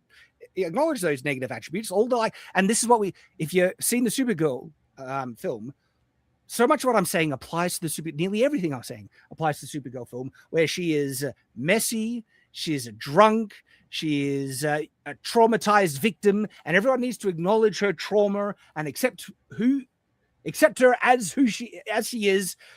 She doesn't need to improve, and if you expect her to grow better, you're the bigot. Basically, is all tied in to Supergirl, and so this Supergirl film is absolutely a woke piece of crap. Okay, for these underlining issues that actually comprise the core construction of the entire plot of this film. And it manifests in multiple ways, not just with Supergirl's character, the villains. The villain, right, is the most stereotypical, evil, toxic, masculine. Like he isn't just a slaver, right, that does bad things and murders people. No, he specifically targets women. He enslaves women as sex slaves, and so he is a person that only traffics female victims and rapes women, stuff like that, because they want to make sure that the villain encapsulates the worst possible depiction of men, and then of course the female protagonist, she's going to encapsulate, the power fantasy of feminists, and then there are like evil female pirates that appear in the film. How do you think Supergirl deals with those evil female pirates? Just as a throw it out. Have you two seen the film, by the way? I haven't seen the film. I assume she talks to them and appeals to their femininity and like, we're both girls, so, stop it. Let me guess. They have like tragic reasons they're forced into being villains, and so they kind of get an excuse or a hand wave. Oh, that's it. She gives them a finger wag and says, "Don't do it again. I'll let you off the hook." Like they do all the other female villains, and pretty much the film doesn't go that doing far. It for him. Well, the film doesn't go that far, but she basically strands them and leaves them alive and doesn't punish them properly for them murdering and robbing people. But when it comes to the male villains, well, she just kills them. Just dead straight away. Of course. Yeah. And so all those things are actually baked in to the core narrative of the film. This film is a woke mess, but people like Angry Joe and the people that were trying to defend it are trying to say, no, it's just bad. It's just bad writing. It's just a bad film. It's not a woke film. It's not failing because it's woke. And okay, if you take out all these woke elements, right, there's a chance the film would still fail. All right. But we're saying the film is failing more because of this woke nonsense and the terrible marketing around it, where they were pushing this woke narrative where, Millie Alcock was saying, oh, the film's not about men at all. And she could go both ways, and hinting that there might be some LGBT kind of propaganda aspects to it and other things, when the marketing were clearly pandering to the woke, modern audience. And if that's the audience they want, it turns off the regular audience. People that don't want any of that propaganda say, okay, this film isn't for me, not going to watch it. And so it was harmed by those things, okay? It doesn't necessarily mean that they are the cause for the film's failure. I think it's quite, safe to say that the film has done a lot worse because of all those things, all the woke nonsense that has been forcefully injected into it, to the point where this film is failing in a incredible way. Like this is one of the biggest cinematic failures around at the moment, certainly in recent memory. It is a disaster for DC, and they get what they deserve. This is the result of James Gunn's terrible writing. It seems like this is a feminist writer who has no, experience or, credits to her name in actually writing anything successful. This seems to be a really bad problem when it comes to not just a lot of the superhero movies, but especially the female-starred superhero movies, where you start taking a look at the writers, they have no relevant experience in it, and sometimes they have almost no experience whatsoever. Yep. It just kind of I think it happened with the Marvels. It happened with a couple other projects, and you just kind of start to wonder, like, what is the why are they failing upwards like this? What they had to have, to me, they had to have done something illicit behind the scenes. They had to have had a Harvey Weinstein style. We can't say definitively, but I can't blame people for having those suspicions. When you see someone who has no experience get a job like that, I'm like, it makes you question why. And genuinely, this happens a lot. Writers with no experience at all. Stephen Colbert is writing a Lord of the Rings property. Like, what insanity are we living in? Well, that is happening. Oh my God. Abstract me now. No joke. Every single one of us here are writers. We've written works, okay? Every single one of us on this panel, right, could be hired and have more credits to our name to qualify us for writing, a mainstream property than the writers that they currently have. And no joke, we would write better scripts for them as well. But they would never dream of doing that because we're untouchables here. We're the chuds. How dare they validate chuds when the chuds have been right a lot, especially in all this. Like, the warning signs are there now. What's interesting, right? The warning signs of Supergirl were very clear to be seen. And we, like, you can go back and watch our live streams and past videos where we say this film looks like it's going to be a woke feminist power fantasy piece of crap. We were effectively saying that. And those are the warning signs, right? Now, sometimes we've seen those warning signs, like in the He-Man film and the Dungeons and Dragons film, where we see, all right, all these signs are pointing towards something like a woke disaster, but then we judge it on its merits when it comes out. And it's like, in the case examples that I just mentioned, He-Man and Dungeons and Dragons, they're actually decent films, and we say it when it comes out. But those are the very rare exceptions when the red flags that we see are false flags and the film ends up being good. I can only think of a couple of examples where nearly every single thing else, where we see these red flags, it is just proven true, dramatically so when these things come out. Rings of Power is such a big example where we see all these red flags. It's like, this looks like it's going to be a disaster, and shock horror, it was. And Supergirl is worse than I was expecting it to be. It is actually worse. Like, this is one of really the that most, bad. It kind of is feels like, really to me, it seemed like it was going to be just Marvel schlock. Like, it is generic Marvel cosmic battle girl boss stuff, and it just could feel like bland mush. Like that and worse. I was not entertained by a single thing in the entire film.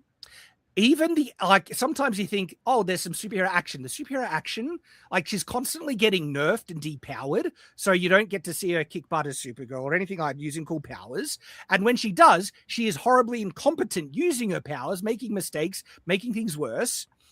And towards the end, when she finally puts on the Supergirl S, the outfit, I had a natural reaction of resent.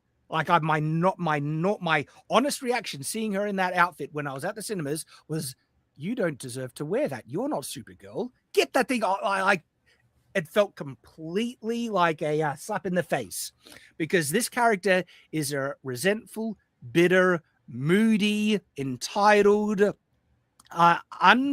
unfriendly, unlikable slob. That's another thing that they get wrong about the female-led superheroes is that they really need to be likable, not likable to other women, because no matter how much you try to make it happen, there is not a huge significant female audience out there for female superheroes. Supergirl was for the guys. She always was. She was not a queer representation. She was not a girl power symbol. She was there because somebody at DC said, "Hey, what if Superman had tits and a skirt?" And she had some great stuff. But if, when you look at, like, aren't there other Supergirl stories besides the one Tom King wrote? My God, the biggest thing I can ever remember Supergirl doing was dying during Crisis on Infinite Earths. I'm sorry to say, but other than that, she's mostly a side character. Well, a lot of the appeal for Supergirl was that she was attractive. And she was a superhero, and she could have superpowers and kick butt. And she was likable. She has to be likable to guys, Shad. That's what they don't understand. That was the base level. That's all it needed to be successful. You have to create female characters that when, I'm sorry to say, when a guy looks at her, thinks, I'd like to hang out with her. I think I may have a shot with her, or something along those lines. Well, you know what really damaged this film so much was that the female actress came out and attacked men for that. Men want to feel attracted to the characters and media that is supposed to, appeal to them, right? And so she comes out and says, Like, how dare people, I'm paraphrasing, but effectively, how dare people, it's really weird that men feel like they can have ownership over women's bodies due to the comments people were making about her appearance, right? And it's like, well done for killing your franchise in the crib, basically, because this is the thing. I don't think there would have been nearly as many memes on Mealy Alcock's appearance if she didn't say that. Because I think she can actually look quite attractive if she, dresses up. We've seen her dress up. She looked better on the red carpet appearances than in the film. The film uglified her more. And part of it was the nature of the course of the film, because through the course of the film, she's constantly losing, getting beaten up, everything like that. But even when she puts on the Supergirl outfit, right? She is like being weakened, stranded, living in a cave on a planet. And so she's actually dirty, messy. That's why her hair looks like garbage, right? And she doesn't go out of her way to clean herself up or anything like that. It's like, here's your Supergirl outfit. She dresses in it and she goes fights them looking like a mess still. And they went out of like, I think they would have had more success if they actually broke reality a little bit. And even like, I don't know, she had a shower off screen. There was literally a lake she could have cleaned herself up in the film, right? And then she comes and fights looking like immaculate angel, basically. And all those kind of memes would have been dead in the water if that was the case. But it seems like they wanted to lean into uglifying the actress, and they made her look uglier in the film than she does look like in real life. People point that out. And instead of like realizing you made a mistake, they attack the men for pointing out, saying, you're misogynists. How dare you think you can have ownership over a woman's body? When the guys were just saying, well, hang on, you're making a product. You should try and make it appeal to the people you're wanting to watch it. Make it attractive, or make it look attractive. And exactly, we need to make a product that tries to appeal to the potential dropouts of potential college dropouts. That's who needs to appeal it. BP riddled, Xanax taking, constantly on the pill females that are always marching about something. I know, right? That's your audience. Well, where were they? This is the age of Billie Eilish. This is the age where everyone idolizes Billie Eilish, and so everyone wants to be frumpy and gross. Yeah, and no joke, they are treating men's normal kind of sense of appeal, like what men find attractive in women, as misogynistic sexist standards, and any like desire that men have for their media to have attractive women in, right? That's you imposing a misogynistic standard of having control over women's bodies. That's literally the narrative that Millie Alcock responded with, right? When guys were just saying, we want our Supergirl to look hot. How dare you think women should look hot for you, you misogynist bigots? What if they made the 50 Shades of Grey movie where Grey was like a fat neck beard? Because how dare you expect men to look attractive for you? It's a complete double standard where women expect men to be 6 foot tall, to be chiseled abs and everything like that, and they're like, yo, you go, girl. But as soon as men propose any level of expectation or standard, like, oh boy, if you criticize a woman for being slightly overweight or anything like that, you are like flamed from orbit, you misogynistic bigot and everything like that, where they can have extreme physical standards in appearance, right, against men, but men aren't allowed it against women because, it's the bikini chainmail argument. They're allowed to have their power fantasy. We're not allowed to have ours because it makes them mad. But for some reason, they feel they can impose what they don't. Yeah, they can impose it on us. And the reason is, it seems like more women get insecure and offended by attractive women than men get insecure by ripped Chad guys. When men see ripped Chad guys, instead of feeling insecure, the more natural reaction men have is like, man, I need to go to the gym. I'd love to look like that. Right? But not all women, but a lot of women's reaction is like, that's such a sexist, unrealistic standard. I could never look like that. And you being attracted to that is just like, you're a misogynist because you're saying I'm ugly by being attracted to something more attractive than me. It makes the uggos mad.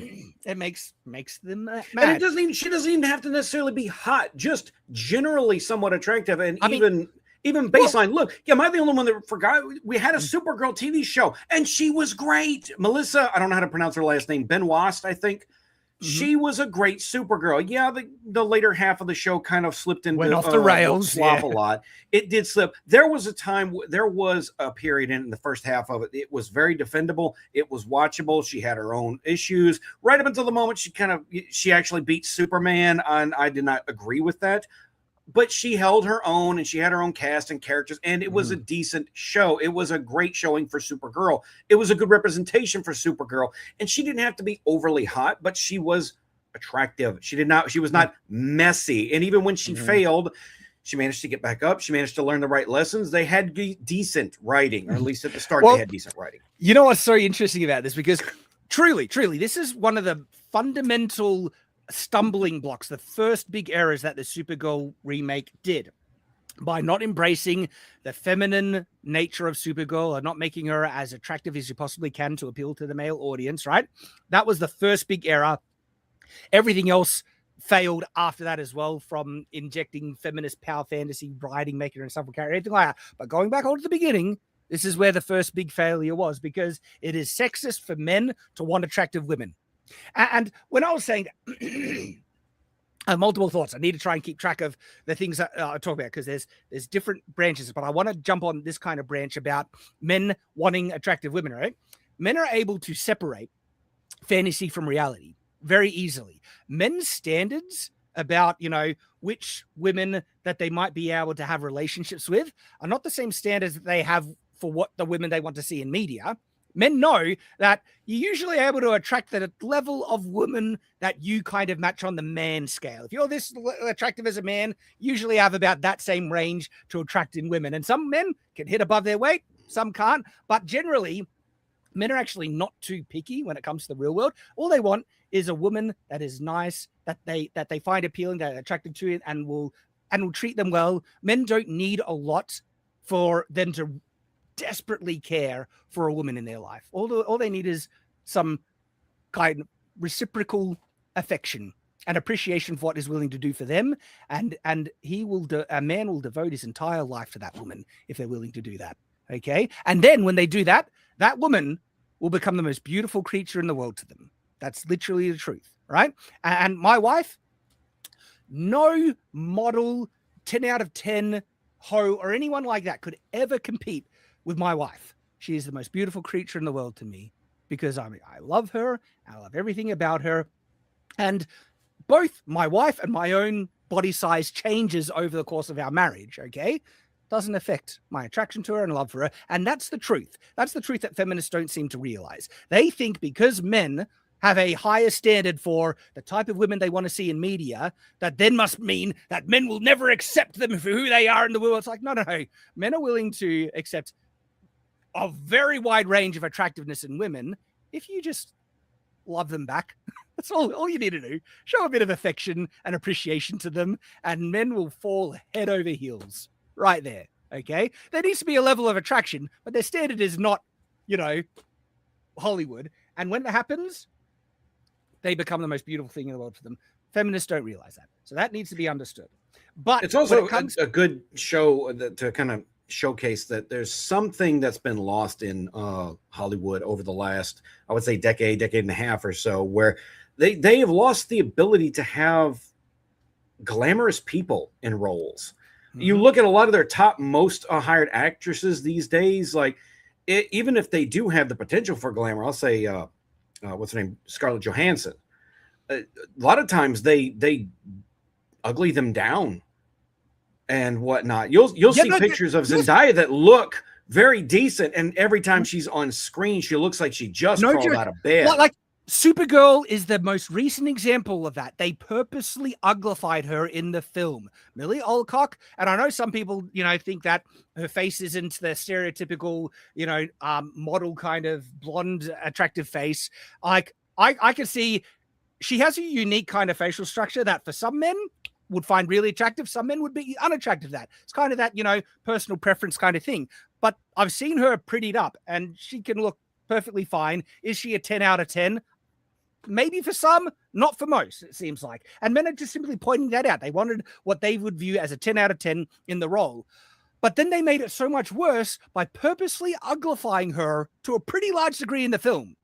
And what's really hilarious about this is that made it more like that made it unappealing, not just to men, but for women as well. The thing that feminists don't seem to realize is that women also want attractive women in their media. It's like the feminists who are insecure and they want to feel represented by having the ugly person be fawned over and loved by every single man in existence and everything like that. They're the minority. Most women want attractive women in their media because it's their power fantasy. They would like to, be like that. And that's why one of the reasons why the Barbie movie did so well, it embraced feminine, like when I say it embraced feminism in a really bad way, but it also had this other side thing where it embraced girliness and being pretty. And so many women just loved that. They loved the pink, the dressing up, and Margot Robbie, they dolled her up to be a knockout. And like, that is such a common thing in women's literature. Okay. But I genuinely believe them uglifying Supergirl also turned off a lot of women. But not only that, their attempt to make this cater to women backfired completely because they made the character so unlikable that the self kind of validating power fantasy thing didn't translate. Women did not show up. Well, one, they just don't care about superheroes. Even if you made this a good film that appealed to all the female sensibilities, most women wouldn't show up because they just don't like superheroes as much. Yeah, that's the baseline. And we could go on and on about what women like in stories, what men like. The baseline is women don't like superhero stuff in general. They just don't. Yes, They're exactly. not going to go see it. And in fact, if like some women do like it, but it's not enough to get their money back. Because overall, if you're going to make a superhero thing, no matter who is the main lead, whether it be Supergirl or Superman, you are going to have to be appealing to men. That's it. Yep. That's the bottom line. I will tell you one reason. This just kind of occurred to me, Shad. One, because you will see this, and you mentioned women's literature. One thing you will notice if you kind of look into women's literature a little too much, especially in the more modern era, is a lot of the main, quote unquote, main characters are mids. They're ordinary brunettes, or average 6 out of 10s. Why is that? Because is the difference between men's and women's psychology and how they approach the fiction. When men see, say, like Conan, Superman, right? When men see what they feel is a representative of themselves, they want to aspire to be like that. Female readers want to insert themselves into where their main character is. And so when you've got so many people that are so many girls who are so insecure about how they look, and they look at this glamorous creature flying around being a superhero, like, well, I could never be like Supergirl. But if she's uglified up and she's a little trashy and she's a little, then all of a sudden Supergirl's been brought down to their level. Then all of a sudden they feel it's relatable. Unfortunately, it drives off the main audience of people who wanted to see Supergirl, which is mostly guys. Well, and yeah, there's that element of FOMO from the superhero zeitgeist over the past 10 years that's been slowly weaning down. The women do still show up, but guess who they show up for? They show up for the men because they know they're going to get to see Thor without a shirt on. You're right. At some point. Now, what they get their power fantasy. When do we get to see some tig old biddies? But because that's sexist, misogynist for men to have, standards for women attractiveness. But in what you were talking about in terms of female literature, there's another aspect to it where you're right, where a lot of women are by nature a bit more insecure than men when it comes to their appearance. This is near like recorded psychology at this point. Okay.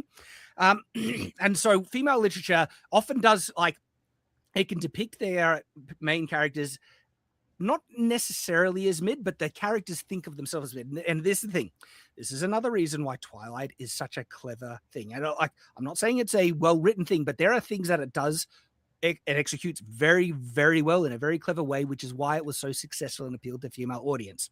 Bella honestly believes that she is unattractive or completely mid, nothing special about her. And a lot of other girls who are insecure about their appearance were able to imprint themselves on Bella. But then the clever thing is that Bella actually is a 10 out of 10, but she doesn't know it. And it is only the characters around her that realize that she's, and so that's kind of the wish fulfillment that a lot of women have, where they are insecure about their appearance, but then they want someone to believe that they're a 10 out of 10. And so they get to have that power fantasy thing by proxy, by reading it. Because when Bella comes to the new school in the first book, all the guys are interested in her because she's actually an attractive new girl in school. Bella doesn't realize that. She thinks she's average, but she's getting this attention. And that's kind of the wish fulfillment fantasy that a lot of girls would love to experience. They imprinted themselves on Bella. And then it turns out that Bella is a secret 10 out of 10. Not only that, she has a secret superpower that saves the world in the end. No joke. That is actually the plot. But also... That sounds familiar, doesn't it, Chad? All I gotta do is find out how awesome I already am. Exactly. Like I said, that is actually baked into a lot of traditional female fantasy. But the thing that makes it more virtuous in the Twilight thing is that Bella kind of actually, she's a good person. And it is not like forcing people to realize that she was just so awesome all along when she's an insufferable, entitled cow.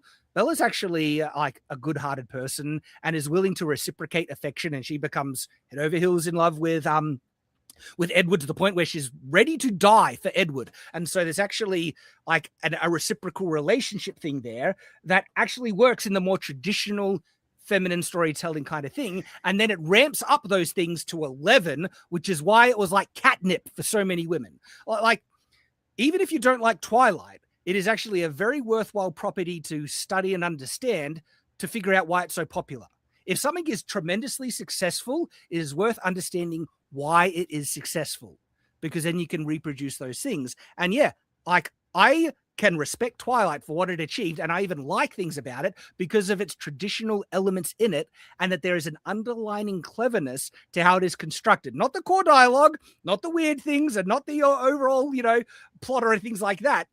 But there is underlining elements that make Twilight a vastly superior, narrative work than this recent Supergirl thing, because it understands the target audience and does things that the target audience completely attached to, where the main character actually is attractive. She just doesn't know it. Supergirl, the main character, they've uglified her and made her just unattractive and unappealing. That's not going to appeal to women.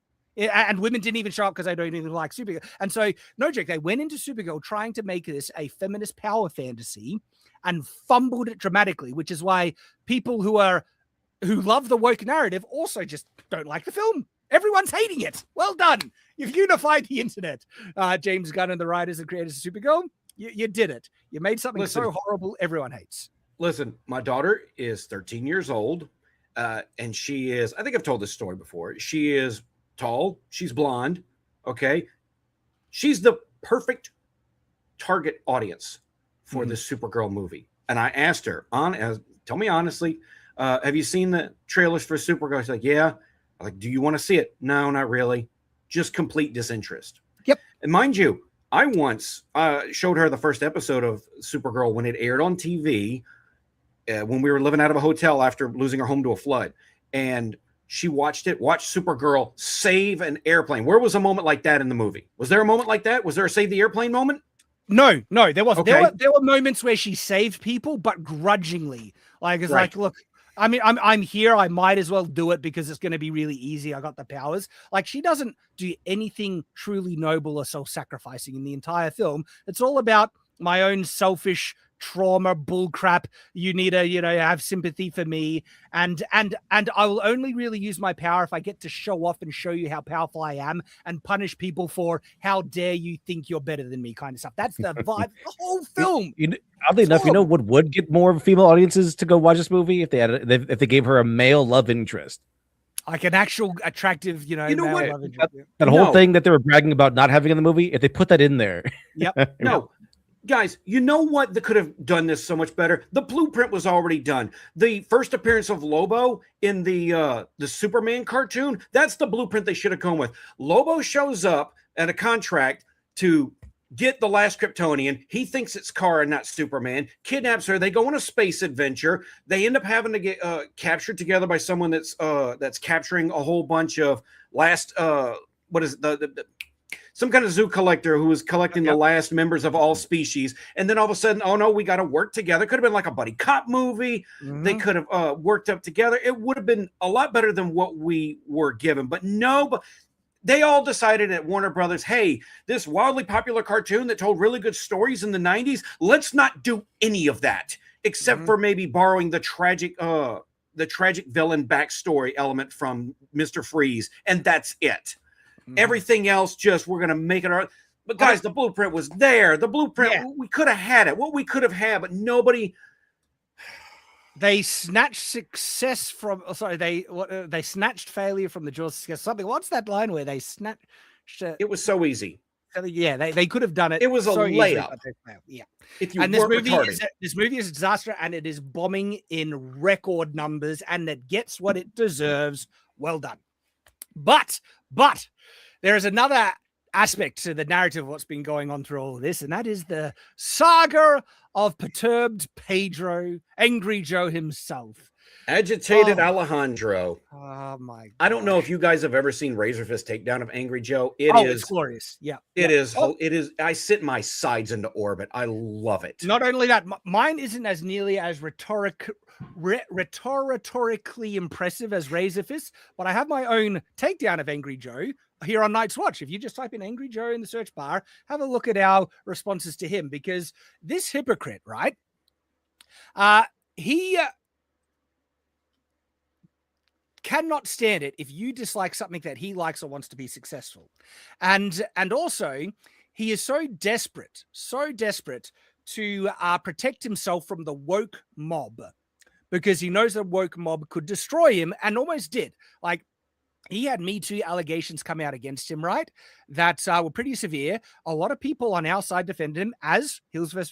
Babyface defended him and stuff like that. And it seems like, this is me psychoanalyzing Joe, that he is so afraid of anything like it happening again that he is been pandering to the woke crowd to try and get them on his side. But he is in this rock and a hard place when he tries to do this. Because here's the thing, right? So much of modern media, his job is a media critic, right? And so much of modern media is bad because of the woke ideological mind virus being injected into it. And he wants to criticize things that are bad, but he can't. He's deathly afraid of acknowledging the cause being woke ideology, contributing to it. And so he wants to try and criticize as bad, but defend the side to protect himself, because he's so deathly afraid of that side, that mob from canceling him, that he ends up being a complete hypocrite and also a terrible movie critic, because he ends up playing softball in defense for horrible media, horrible woke slop at times, because he can't criticize that for being bad because it's woke. And so here is an example of Joe's complete hypocrisy and double standard, because when the Barbie movie came out, right, it was so bad and so heavy-handed in its bullcrap narrative and its propaganda for feminism and the patriarchy that even someone like Joe couldn't ignore it. He had to acknowledge that, the messaging is, he called it heavy-handed, and that was him softballing it once again. No, that ruined the film, right? But if you got upset about the propaganda in it, that made you pathetic. Okay, you're not allowed to be upset with things in media when his name is Angry Joe. He's sold his entire brand about being angry with bad media. But if you get mad at the things that he disapproves of, think you're not, well, that makes you pathetic. So let's have a look at Angry Joe being a complete hypocrite, double standard, because you know who is addressing in this, where it makes you sad or embarrassing for criticizing Barbie. Do you know who he is addressing when he says that? It's me. This is, he actually mentions me. He mentions it's the sword guy on YouTube, right? So this is direct. Yeah, this is directed directly at me. He doesn't know who you are. From his Barbie review. He knows who I am. And I was like, okay, Joe, I remember what you said about me. Let's apply that to what you think about the Barbie film. Let's see if you're consistent at all. So this is Angry Joe on the Barbie movie, but applying to himself. Yeah, there's certain people that are gonna go fucking crazy. The whole point of this! Did you miss the whole fucking point? And don't be those people. It just makes you look embarrassing. No! It just makes you look embarrassing. Does it, Joe? Does it? Really? Would you look at that? Then he goes further. Oh man.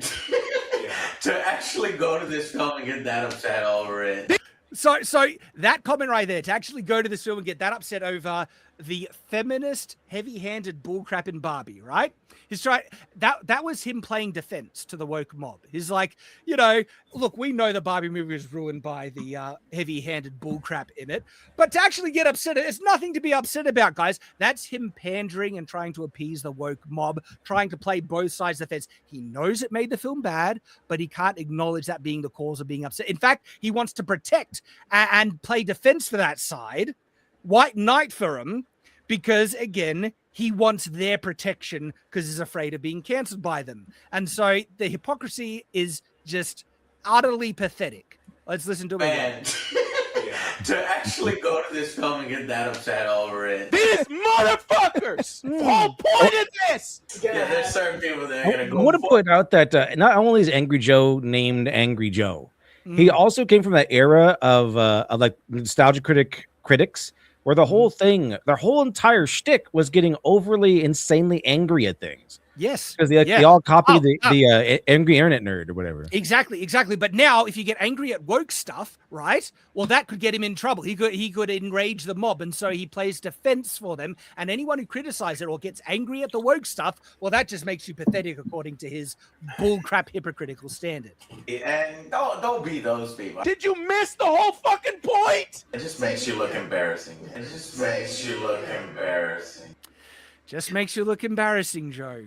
Right? The thing about Joe is he really doesn't want to be aligned with like the people who he perceives as, too ideologically biased in their own way. He wants to seem like he's straight down the middle about something, but you just kind of, it's really hard to pull that off, especially when, your name is Angry Joe and you've called out stuff you didn't like before.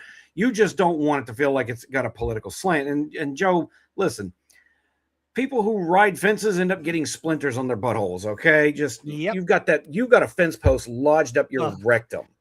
Trying to ride that fence. Just pick a side. It's okay, Joe. Come to the chud side, man. We have more fun over here. I know we would, and he would be He would be able to be an honest critic then, because he could actually call out one of the main causes for the terrible media we've been getting, which is the woke ideology, right? But no, he'll never do that because he's a coward. He's a spineless hypocrite that then attacks others for calling it out because, again, he wants to white knight and is like in a desperate attempt to not be cancelled by them and has been doing this bullcrap for ages. And recently, that metaphorical, getting split in two by that fence he's been trying to straddle, right? Happened in a big way with the Supergirl movie. And so old Joe, right? He is a Superman fanboy, to the point where he will excuse slop and crap, right, to just try and see, the stuffy fanboys over in live action. I'm the type of person that actually, if it's adapted in live action, I want it to be good. And he has softballed and excused some terrible media. He liked She-Hulk when it first came out, by the way, like She-Hulk, one of the, it was absolute dog crap. Okay, and he's been playing defense for the Superman James Gunn film for ages, and I liked it, but I was able to acknowledge this is a piece of crap film. It is terrible that I still liked, but here are all the reasons why it's terrible. Joe can't do that. He has been playing defense for that ages, and this was his attitude to Supergirl. Now remember. What have we been saying about Supergirl? When we saw the trailers for Supergirl, right, we could see this is looking like it's going to be a disaster because we're honest and we can actually be a bit more objective about this. This was Joe's reaction to seeing the Supergirl trailers leading up to the film, okay? And so, again, he's bad at his job. He was completely oblivious to the near unmissable flaws and problems that you could see from the Supergirl trailers leading up to this film. Joe loved it. Listen to Joe's opinion of Supergirl from the trailers and leading up to it. I am looking forward to it, and I hope it does well. Please go out and support it. Please go out and support it. So why is he pushing his titties up? Good question, right? Good question. Now, here's the thing, Shad. Look, I understand. Joe's a Superman fan. Admittedly, that's a he's going to be a little bit biased in there. I'm a Xenoblade fan, and I like my Xeno slop. Okay, But I'm perfectly willing to point out when some things in those series do not work. And it's No, Joe, you don't have to die on this hill. There's really no reason when you have a basic pattern recognition of other movies that have failed and you kind of see the red flags popping up, you can kind of tell, I don't need someone to hunch over my dinner plate and start, you know what? I'm not going to say that analogy. That's I know the analogy you're talking about. The meme, how do you know it? How do you know it's crap? It isn't out yet. I want to talk about being fan. I don't think is an actual true fan. I think is a fanboy. There's a difference. See, a fanboy is willing to eat up slop that desecrates the character that you say you love just because it is a crumb of the thing that you like, right? Where a true fan, when they see the thing that they love desecrated, belittled, made a mockery of, or being or hijacked for a political agenda, they will hate that thing 10 times, 1,000 times more than the average, person. I hate the Wheel of Time live action adaptation with the passion of 1,000 suns. Why? Because I love the book series so much. And what they did to it was a desecration and abomination. How dare they subvert and hijack something so good and literally reverse the core concept and theme of it for their political bullcrap, right? And so instead of actually calling out people hijacking the things we love and using it and reversing the message and meaning behind it, Joe will not only eat up the slop, promote the slop, because he just gets to see it in live action again. He's not a true fan. He is a fanboy. Okay? He is just one of those shills that is going to gas up bullcrap just because he gets a crumb of it. He's not if he was a real fan, he would be pissed off in orders of magnitude for what they did against all our beloved properties, from Star Wars to Indiana Jones to She-Hulk to Lord of the Rings, everything. But he is a spineless coward and is bad at his job, and he has actively been playing defense for it. That's how pathetic this guy is. And I'm only being so harsh against him because he came after us. He has been attacking us. I would have no issue with you, Joe, but you went after me for when I rightly called out the Barbie movie, but you played defense for it like a friggin' shill because you're so gutless to actually call out what is ruining media in our day and age. And this is what he's been doing constantly.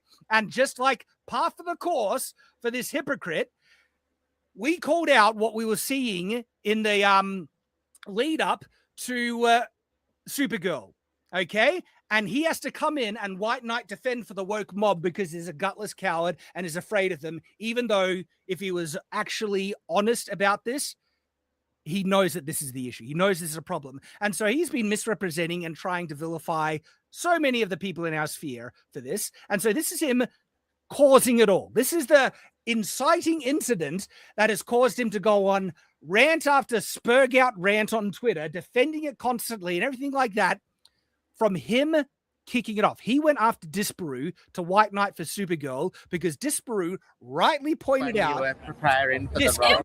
So in this clip here, right, this is just one in many kind of press things where Millie Alcock was saying dumb things that were going to turn people off a film, right? It started with her comments about, men just want ownership over women's bodies, when people were being critical of how she was uglified in the thing where she was made more ugly in the Superman film, where she looks better here than what they did in the Superman film. People pointed out, she responds to this retarded way saying, you just want ownership over women's bodies. It's like, no, people have been critical over the depiction of characters in media. If it's men or women, they do that. They were hella critical of Ben Affleck as Batman, but that's not sexist when that happens. But if anyone ever criticizes the depiction of a female in media, you're sexist as well. So that was a really dumb thing she said. And that was really dumb when she's saying stuff like this, where, she could probably go both ways. She could be a queer icon if you want. And there's no man in this film. Like, it's not centered around a man at all, actually. And so Disparu rightly points out how to kill Supergirl in one step. Okay? Where this is him saying this type of bullcrap marketing is going to turn off thousands of people. All right?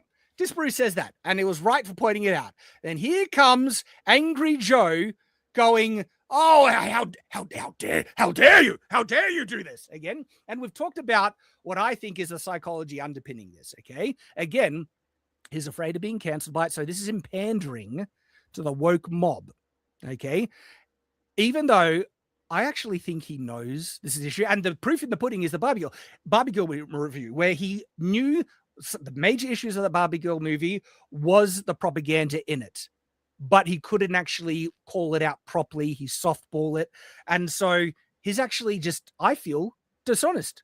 He's dishonest now, trying to blind himself to the true problems because, again, he's a coward. And so this is what he says. This is the most important stuff to this group of guys. And it's like, we are calling it out. It is important, but is it the most important? Well, I mean, it is causing some of the major issues with media, right? But even if it's not there, or even if it is, we judge it on its own merits, okay? We have a track record of like criticizing the dumb, press releases leading up to a thing. But if it's good when it comes out, we acknowledge it. Dungeons and Dragons, He-Man. I've got videos criticizing the bullcrap of the marketing in those things leading up to film. And when it came out, I was like, guess what? There's a false flag. This film's really good, but he can't see that. And so he goes, what Millie says in passing to a gay interviewer on Pride Month is like, this has an impact, whether you want to deny it or not. It does. And I think he actually knows it has an impact. But again, he'll never acknowledge that because that means being critical of the mob. And he knows how to attack him for it. So it really pisses him off, gets him to vote with their wallets. Not this is amazing. Not any actually important crap to vote against, all right? So Angry Joe, he does not think this woke appealing to the modern audience isn't important when you're looking at media, okay?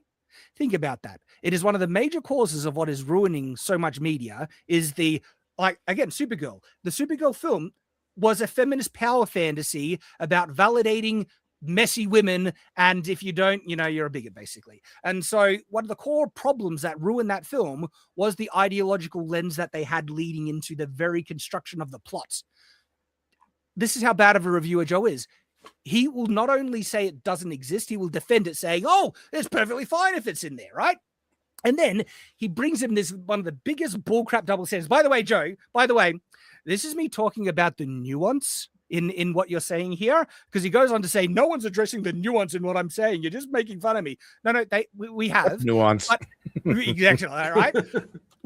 I'm addressing the supposed nuance that you're saying is here, when it's actually just hypocritical bullcrap of you stating stupid things, but we're calling it out, right? And addressing it, and then he pretends like no one's addressed it, and you are just trying to, gaslight or avoid the issue, don't we? And then he does this. This is one of the most hypocritical bullcrap things. I couldn't believe this, right?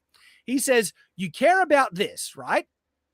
How dare, and effectively saying, how dare you be annoyed by people trying to have a ideological agenda propaganda in the marketing when there are far more important things like war, high food prices, gas, the looting and encrapification of our countries by the ultra wealthy? So he brings politics into this, and you retard, do you even apply this to yourself? Joe, you spurg out about inconsequential things all the time. You've been spurging out about Supergirl for its crap. How dare you spurg out when there's all these other more serious things to be worried about according to your own standard, you retard. But no, you want to play it to others and say you have no right to be upset with media when all these other bad things are happening, but I have every right to be upset with media, ignoring the bad things because I'm a hypocritical, spineless coward. Do you see the bullcrap that this guy is going on about? But he's too stupid to realize the double standard. Okay? And so he goes after Disparu, saying you have no right to really be upset about this propaganda bullcrap that's in the marketing push for Supergirl when all these bad things are happening in society. Well, wait a minute. We cover movies. Look, I purposely try to stay away from politics. I don't like talking about politics. Exactly. I'm forced to talk about politics. I don't want to talk about politics. I cover movies because I'm politically retarded. I don't know anything. I have feelings. I have viewpoints, but I'm not tapped into the political sphere. Like I wouldn't be able to really argue politics in depth. I like literature, obviously. I like media. I like culture. That's what I'm talking. That's what I like to talk about. And I think Disparu covers movies too. Why would we go from covering movies to randomly going over high food prices like that? Exactly. That's crazy. We talk about movies. I talk about movies. We're talking about movies. Exactly. That's kind of our job. Joe, what's your job? Media critic?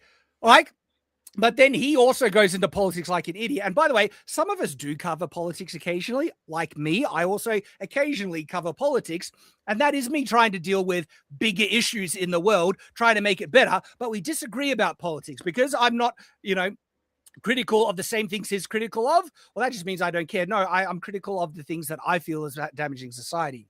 And so it's like the absolute double standard hypocrisy and the fact that he's oblivious to this is sad, okay? It's pathetic. And so it's trying to say, no, you support all this bad crap, right, in society, but no, unacceptable, boycott it, because he's trying to say this is so much worse. Media critics are going to focus on media. Like, this shouldn't be a difficult thing to figure out.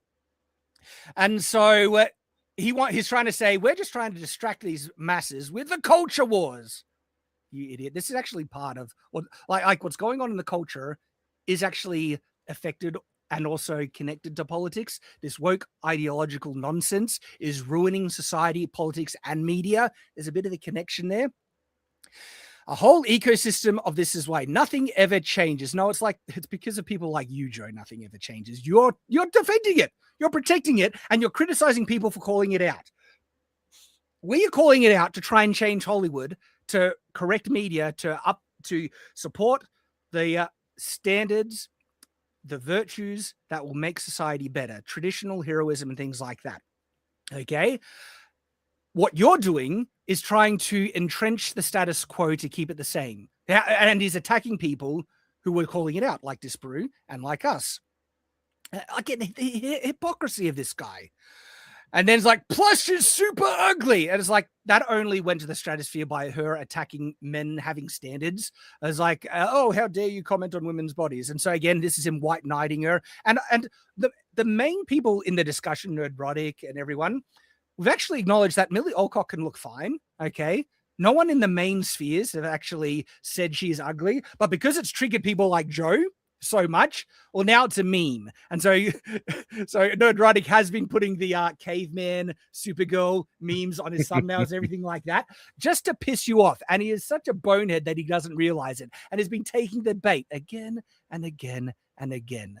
When the standard is obvious, where we know Millie Alcock isn't that ugly, okay? We think she could have been prettier, that would, especially. I don't really think she's ugly at all.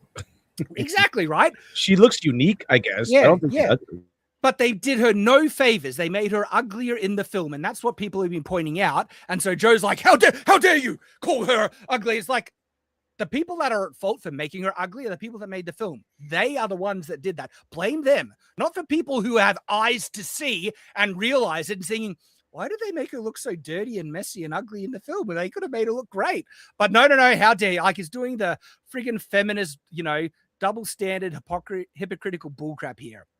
And it's like, look at the comments in this thread. Yeah, people are memeing on it, Joe, because it triggers idiots like you.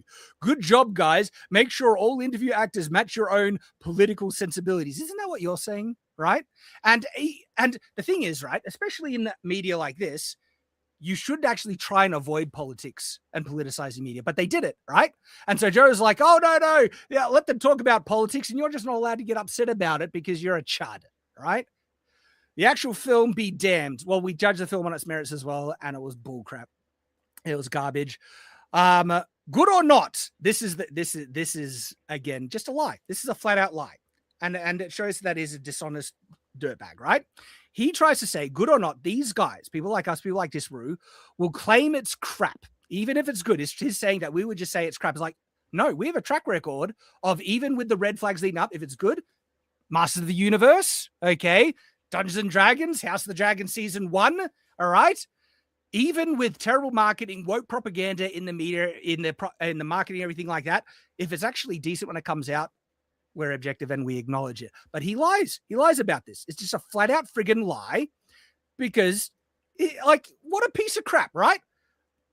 And people who don't know the context will just say, go, Joe, you're right. They just hate on everything because they want to claim woke and grift off of it. When no, we have a track record that exonerates ourselves perfectly. But you, Joe, let's hold you to your standard. If something is crap when it comes out, you've defended absolute crap. Absolute crap. She-Hulk, perfect example. Okay. And you're just terrible at your job, boy, and you're also afraid of your own audience and you want to appease them, and to avoid looking bad or pissing off their followers, really, because a lot of people disagreed with me about He-Man, right? And Twilight. And am I afraid of like disagreeing with my own audience? Like, so that's the triggering. That's the inciting incident, guys. And people dunked on him for the bullcrap. Like what a piece of crap of a comment to make, right? Which is like nearly every single thing in this comment is just utter bullcrap, and him spurging out and attacking other people, picking a fight. He didn't need to pick this fight. And so people dunked on him. Absolutely. And rightly so. But this led to like, what is nearly 2 weeks now of him spurging out and doubling down. And so in response to that first one, Az made a video on it, making fun of him. Okay, rightly so. And so this was Az saying, Super Crasher, Angry Joe attacks neurotic geeks and gamers in Disparu.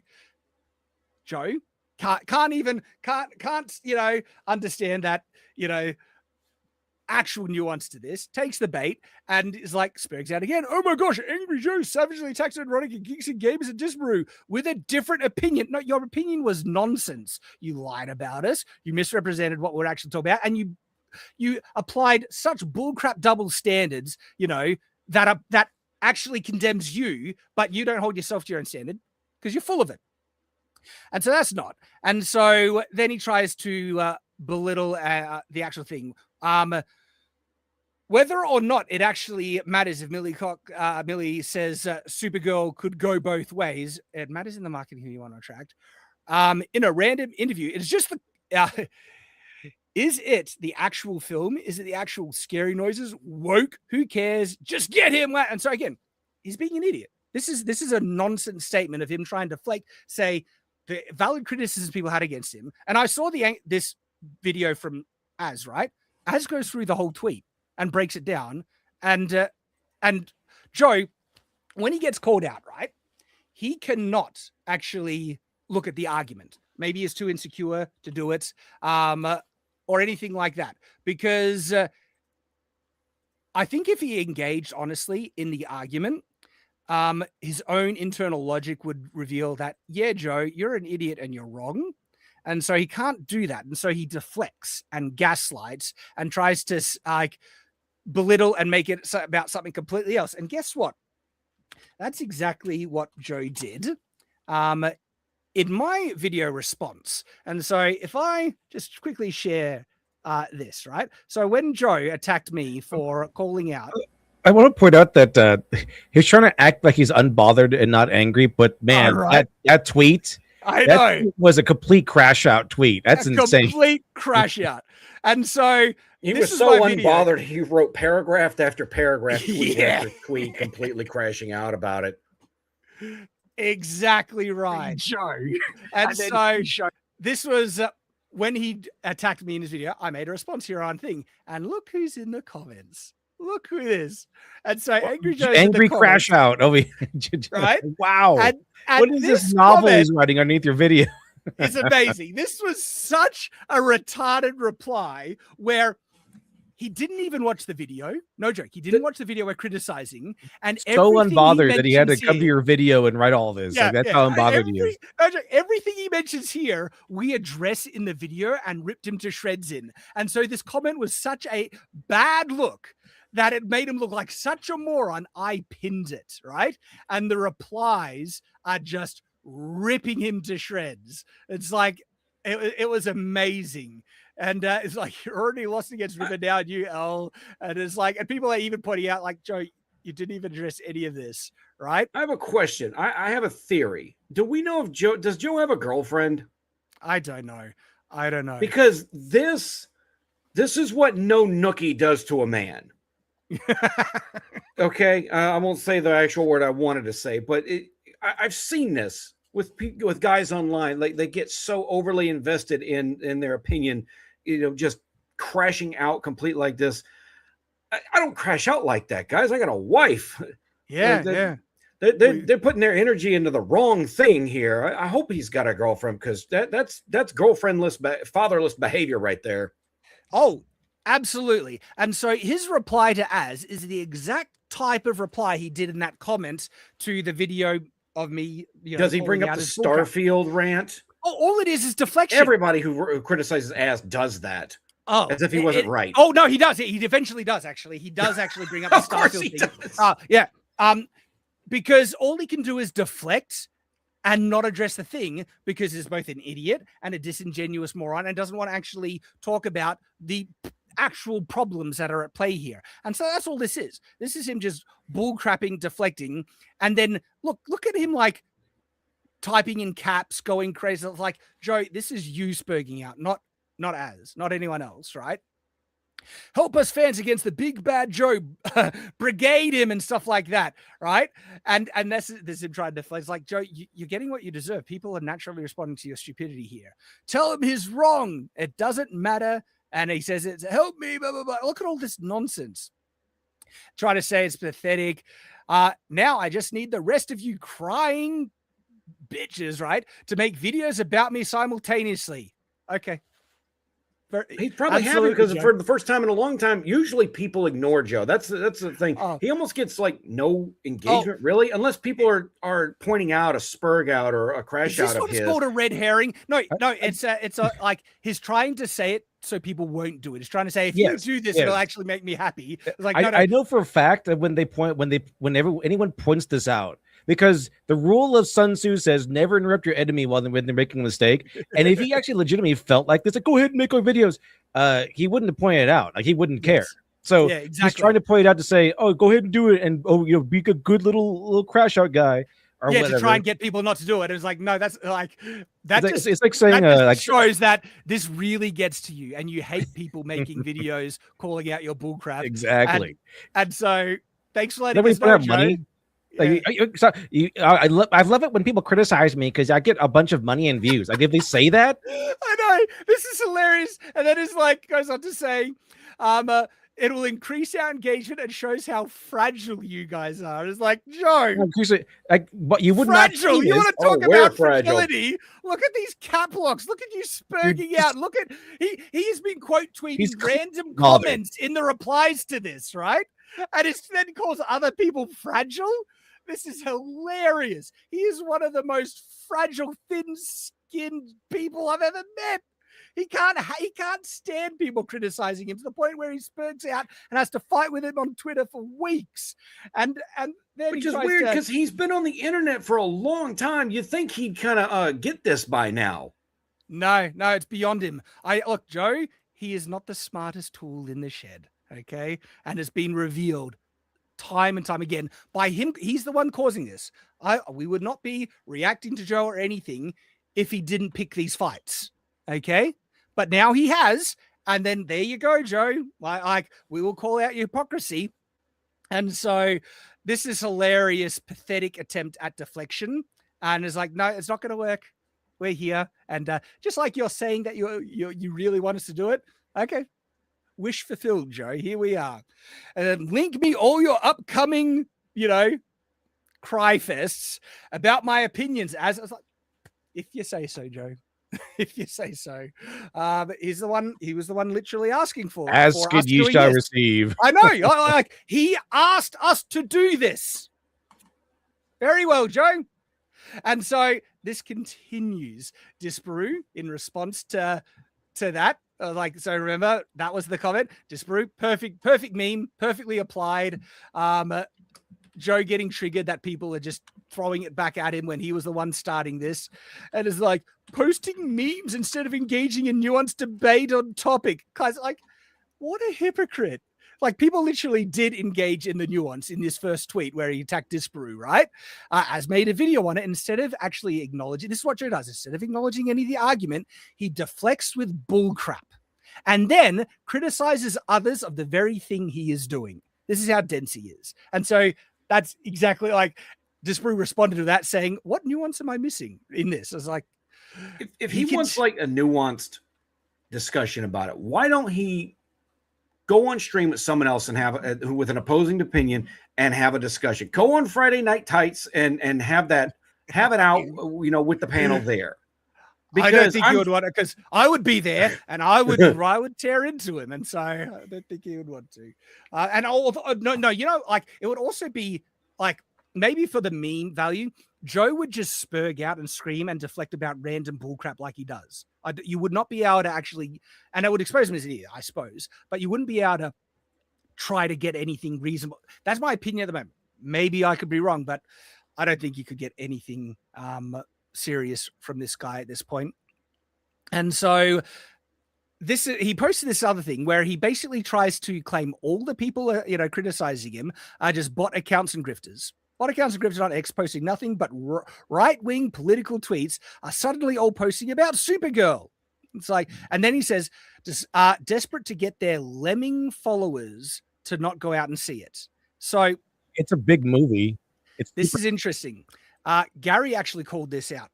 He did it was just one of his solo live streams, nothing big, but then Perry Chan kind of clipped it out into its own video of Gary responding to him. And Gary calls out this because this is important, right? A lot of the audience, a lot of the people that are criticizing Joe and, he says are brigading him in his comment section, those are his own watchers, his own followers. Okay. They're not people. We're not sending them to go over. Those are a lot of his own followers who watch both of us. Right. But he just belittles them all and calls them all lemmings. They're not even capable of having thoughts of their own. Everyone criticizing it are just doing what we tell them to do.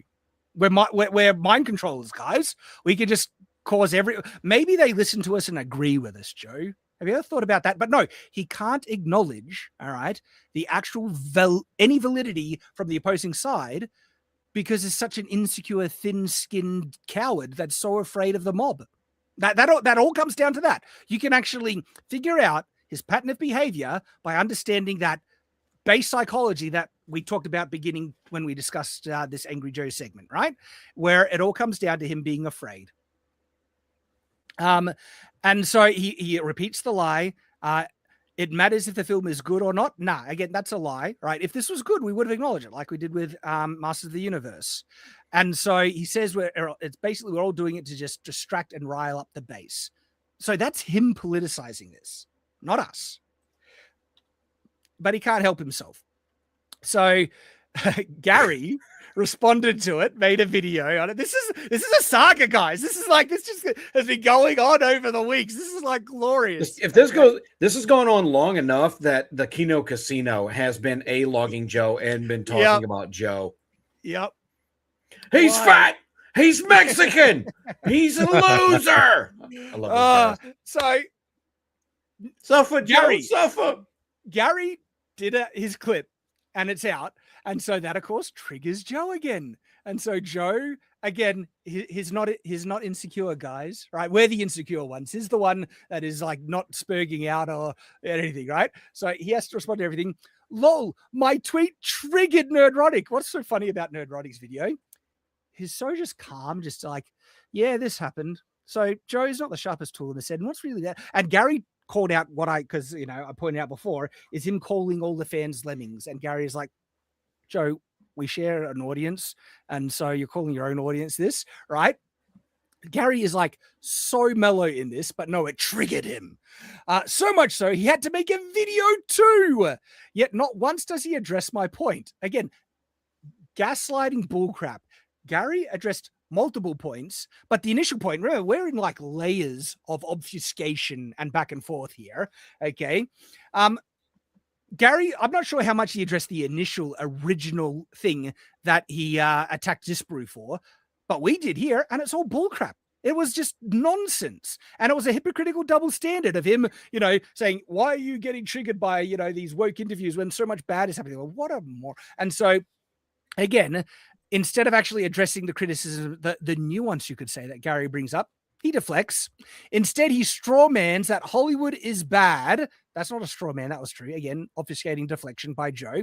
And I'm just defending DC and Supergirl. Dude, are you not? You've been playing so much defense for this thing. Like what's hilarious about all this, he's been defending it, attacking us for criticizing it. And when the film comes out, he actually I guess it was so bad that even he couldn't play defense for it, and he criticized the film, gave it like a 4 out of 6. It's worse than a 4 out of 6, but he was negative on the film, and then he still defends it, claiming that it's being review bombed, and that they're basically implying that the negative reception around Supergirl is overblown and undeserved.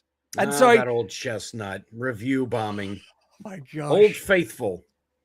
So hell yes, he has been defending it even when he knows the film is bad. And it's like, brother, what? Wow. This comment here, this has such female energy. Have you seen those those screenshots of women in debate making faces like, have you seen Oh, those? Oh yeah, yes. They have no arguments. They must make. Well, they have no arguments, so they make these. That's just ridiculous faces. Right? They have to look. They have to look act as if it's incredulous, just to try and diminish your point, even though it's very obvious, Joe, that the Chuds were right. I think that's the heart of this whole thing. He really wanted a good Supergirl movie. He didn't get it, and the people that he hates were right, but he cannot admit that the people he hates were right because he feels like that validates their points of view. Yep. It has to be bad on his terms in order for his views to be valid. It's not valid when someone he hates doesn't like it, because for some reason he thinks that we're not supposed to like or watch or criticize the same media, even though we're all kind of in the same circles, Joe. That doesn't work that way. And so that, like, this brother what has such that energy where instead of actually addressing the argument, he's trying to belittle it and deflect it by saying, this is retarded, when it's like, no. And then he just lies about, he says, stop lying about me to your audience, Gary. Gary didn't lie a single time. But now Joe is lying about Gary to instead of address the nuance, you could say. Again, he has attacked other people for not addressing his argument. That's his claim. And then he does that very thing that he is criticizing other people for. What a hypocrite, man. Like the more I listen to this guy, the more I get pissed off. Hypocrisy pisses me off. Cowardice pisses me off. And this guy is just oozing with it. And then how about you speak to me directly instead of taking cheap shots on your daily political news channel? A lie again. Gary doesn't have a daily political news channel, you moron. But again, a lie. Oh, because it would ruin your narrative. And so now is kind of begging to have a debate. It's like, all right, really, Joe? Do you think that's going to go well for you? And then he's like, one of those people. Joe's one of those people that thinks we're trying to drive a narrative in the culture against things that we don't like, when really we're just kind of responding to what we're being given. And that's all it is. Now, for my part, I've disengaged from a lot. I mean, a massive amount of media, especially superhero media that's come through, because so much of it has gotten so bad for so long. I love Cape Slop. Guys, my next book that comes out this Saturday is more Cape Slop. Okay? I'm not running away from it. But I wrote that as a response to so many of these bad superhero shows and movies that are just getting it wrong, and they keep doing it over and over again. And this is just another example of it. They got Supergirl wrong. They can get it right. They just don't want to. And, there's no reason to sit here and defend the slop that intentionally gets it wrong. And so the next part is him again trying to gaslight people, saying, "Oh, please make more videos." 40. Again, he even links his original tweet. Please make another 40-minute video to call me up. So you can pick it apart for 40 minutes, or you could just call me up. And it's like, okay, if you say so, Joe, we'll happily pick this apart for 40 minutes, if not. Would more. he though? Yeah, he's trying to say, "Oh, call me up and have a discussion." It's like, at this point, is it even worth it? You're just like. You're just being worth getting laughed at. And so then he makes like this big, almost press release thing. Again, deflection, claiming that is being brigaded. And so since we are trending on X News, our response to Nerdrotic and the Critical Drinker and all their multiple lackeys, here and accounted for, sir, on X over the film Supergirl. And so this looks like a pinned comment on one of his videos. Whoa. Man, he's just writing He's not- novels. On I know, What's not the insecure, too long guys. didn't read on this one? Yeah, Look right, at this. right. This is a picture of totally unbothered, you guys. I know, right? He's not bothered by this at all, guys. Okay, And this is how I know someone it does not have their finger on the pulse of what's actually going on, because he refers to us as the fandom menace. They have not been the fandom menace for like 5 years. That is a name I have not heard in a long time. I know, Yeah, right? that's like over. Even Long they admitted it was like after what was it, Revenge of the Sith was done. They were like, no, not Revenge of the Sith. Whatever the last Star Wars movie was, I didn't see it. They're like, guys, it's over. We're the Fellowship now. The fandom menace, like there was no more point to it, but they're still bothered by the specter of something that doesn't exist anymore. Mm-hmm.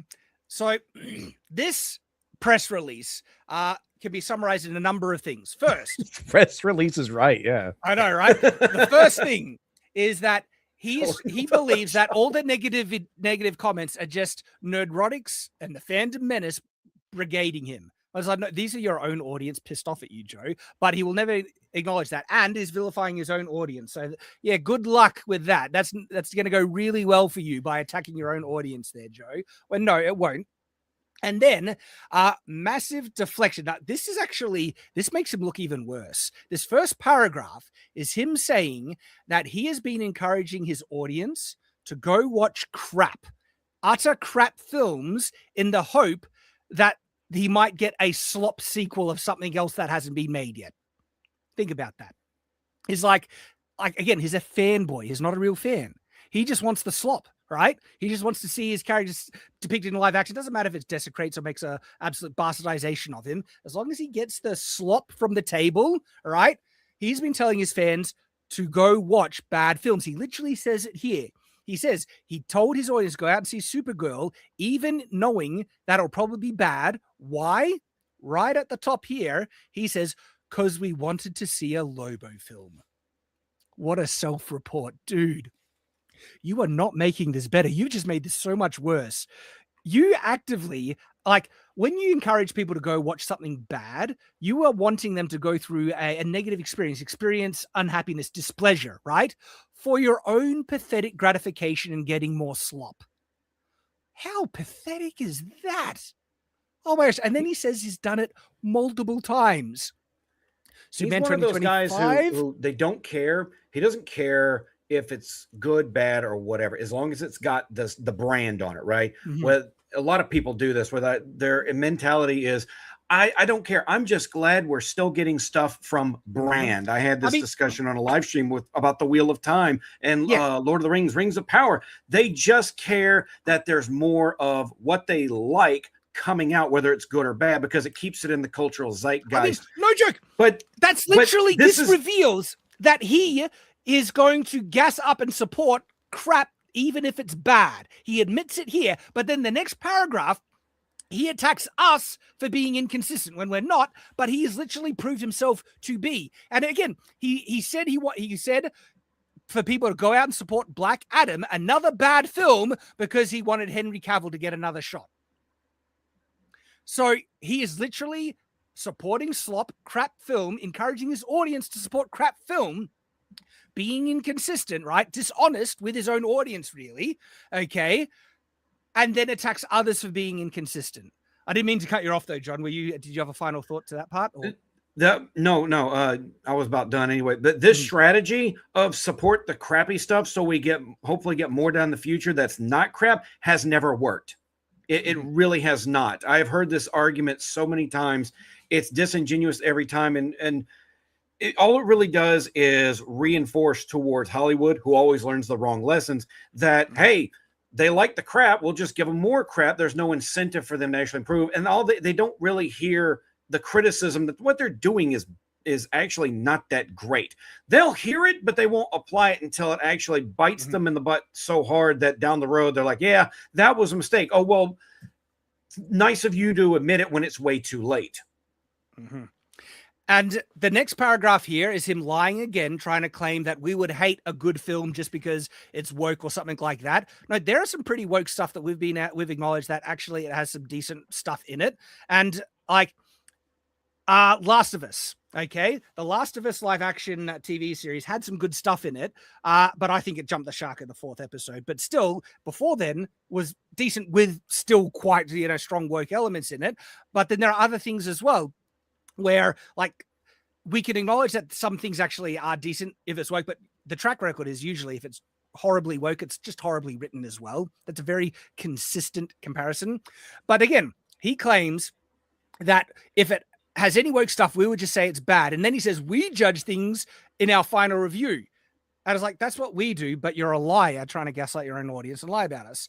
And so that's what the next paragraph, the last paragraph is him trying to attack nerd writing everything for the caveman thumbnails in the thing. And there's like, Joe, that's just trigger you. Okay. Again, he has not heard or paid attention to any of us say that. No, we know that Millie Alcock can actually look attractive, but because it's triggering him and it's a meme, he has to come in and white knight for them. Like the female feminist that he is now. And so, oh my gosh. Guess what? It continues. I'm sorry we're going so long, but this is just like crash out after crash out after crash out. And so even after all of this, people have been pointing out his hypocrisy, and then he is crying, people don't understand nuance anymore. That's where I was coming, because he ignores the nuance of all the criticism, deflects it completely, doesn't want to address it at all because it's so thin-skinned, and I think he knows he can't. It's condemning him, and so he has to move the goalposts constantly. The point they don't want you to hear is that Supergirl failed on its story right. And this is amazing. He is trying to deny that there is anything woke in this film that made it worse. That's amazing. Like this, if anything shows you how much of a insincere, lousy media critic he is, take a look at this. This is him purposely deflecting from the true problems of what made this movie so bad. Okay. And so that's what that tweet is. People call him out, and some of the responses to this is great. Archcaster says, Joe is so far out of his depths here. The movie was written by a woman with 0 achievements. The villains are all white men. The heroes are all women. Kara does not kill the poor misunderstood female pirates, and the list goes on. Joe quote tweets this and say, what, you think there was no female villains? Hell, you don't even watch the film. And it's like, Archer's point is still valid. Most of the villains were men. Okay. There might have been some, and then he ignores the point here that Kara lets off the female pirates basically for free. This was Arch easily pointing out blatant woke elements in the plot itself that made the film worse, that Joe deflected desperately from and didn't even acknowledge, and tried to say, no, they let me be, put my fedora hat on and say, actually, there were some female villains. Most of them were male, obviously, and depicted to be some of the most slob, toxic men, everything. And so King Feanor responds to Joe, calling him out, and is like, I can't tell whether Joe is trolling, backtracking, contradicting, contracted amnesia, or is schizophrenic. Dude goes from defending the film and calling everyone chuds to the film is bad, and then Joe, another friggin' press release. Oh, sorry, you probably can't see this because I'm sharing the wrong thing. Let me share you this one. There are so many. This is reaching the bricks and minifigs saga length. So this was Heike Feanor saying what I just read out, right? And Joe, another friggin' press release. Look at this. But he's not sensitive about this at all, guys. Oh, and it's more fuel to the fire. And all of this is just him being a moron again. And he repeats some of the stuff that is, it's like, Joe, we get what you're saying. We disagree with you and calling out that you're full of crap. Okay. It's like, I can explain to you, since so many of you on X are confused, it's multiple ideas, which is why you're having trouble. Calling a film bad and then explaining why it failed isn't flip-flopping back and forth between supporting and not supporting. No. You actually tried to defend it for being review bombed. That was supporting it. Okay. And by the way, he's trying to claim that he doesn't support bad films when, let's go back to that press release bit of bullcrap. He admitted to doing that, right?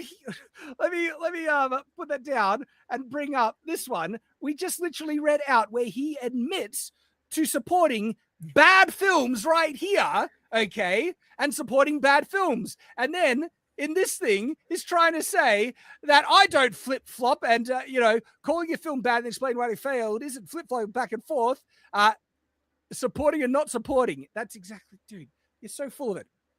I said time and time again, this film will fail, and then you encourage people to go watch it still, which is pathetic. At each and every time I've talked about it, and so you literally did support a crap film, okay? You're taking a clip of me saying, go see it, please, to support Superman is not the own you think it is. Really, Joe? Really? As I say, for any movie with Superman in it. Wow, so he's going to support any movie with Superman in it, even if it's dog crap. Wow. And then again, the whole culture war grifters of those types have to contribute to the lie their audience pit you against. Deflection again, okay? And then it's trying to say, they lie about my take so they can push their Supergirl failed because it is woke agenda. So that's him saying he doesn't think it failed because it was woke. Yes, it did. And even if it wasn't woke, it probably still would have failed, but it failed vastly more because it was woke. Some of the biggest problems with this film is because of the ideological lens that they framed everything in it. But Joe is too dense to understand or know that. And then he thinks it's just we're doing what is after the most views. No. My He-Man review probably would have done a lot better if I was ripping it to shreds and hated it. I praised it throughout the whole thing. Not it failed due to its poor script, characters, directing, and visuals. Joe, it had a poor script, bad characters, and even bad visuals. They uglified Millie Alcock in it because it was woke, but he's oblivious to it. It's amazing. It's amazing how much he is doubling down, tripling down on trying to deflect. And this is him defending it. He's trying to say, I'm not defending a bad film. He is trying to defend the woke bullcrap in it by trying to say there's nothing woke in it, right? That these problems were not because it's woke. That is him defending this ideological bullcrap. Unbelievable. Joe's the kind of guy that would defend eating medium rare chicken. Probably not a good idea. So guess what? The saga is still going on. This is from this morning. Okay. I'm not kidding. Whereas calls him out. Oh, no. Is this even responding to Joe? He's just making a comment, it seems like here. And Joe can't help himself and then trying to still defend White Knight for the feminist, woke bullcrap in this film. Wow, what a journey. What a journey. And it's still going on. Maybe we'll cover Joe again next week because he really wants us to, guys. Remember, we're doing him a favor. Yeah, he likes it. He wants us to. He begged us to. He begged us to. In like an entire press release. He's like, please cover me. Yep. Very well, Joe. If that is what you want, we are happy to oblige. And with that said, let's catch up on those super chats, wrap up. This was a longer one. Thank you, everyone, for sticking through it. And we got McSkittles for 14 months says, I couldn't get drunk enough to enjoy the Super Slop movie. Yeah, it is genuinely terrible. And Nathan Cassidy, 499 says, our wonderful modern chat says, the Genny cartoon is going to be an adaptation of Queen of the Black Coast. Genny, what's the Genny cartoon? I'm brain dead on that one. Oh, the Genny Tartakovsky cartoon. He's doing Conan. Oh, so I guess the first thing he's going to do is adapt the Queen of the Black Coast, which is pretty cool. All right. Top 3 of the best stories from Conan. Let's hope it's good. I'm sorry I wasn't here for that segment earlier. I was watching it and I was waiting. They kept my son way over when they were releasing him from work. But I was watching. I was like, oh my god, I remember that cartoon, and it was great. I hate that he couldn't kill, but I understand it was a cartoon. But it was still, for what it was pretty decent. And what a banger theme song. What a great idea. I did like that. I might just rewatch that just because I remember too much of it. We got such good cartoons in the 90s. Yeah. So Maru for $2 says, coming soon. The Death of Santa. He was no Santa. They deconstruct. I will not tolerate Santa slander on this channel. Yep. Well said. Jake Tamman, Green Lantern with Ryan Reynolds over Supergirl. Let's you know, not yes. get too crazy. I mean, don't no, know. it's not a high bar to pass to beat Supergirl. You know, like there is crap that is still so much better orders of magnitude than Supergirl. Thomas Vance for 699 says, "Hey Shad, I love your work and your book. Thank you for years now, and I want you to know that also Wisteria Wand and Sword. What do you think of Will? Haven't been able to continue too much of Wisteria Wand and Sword. I will though. It's on my watch list. I watched the first few episodes, and I like it so far. I guess.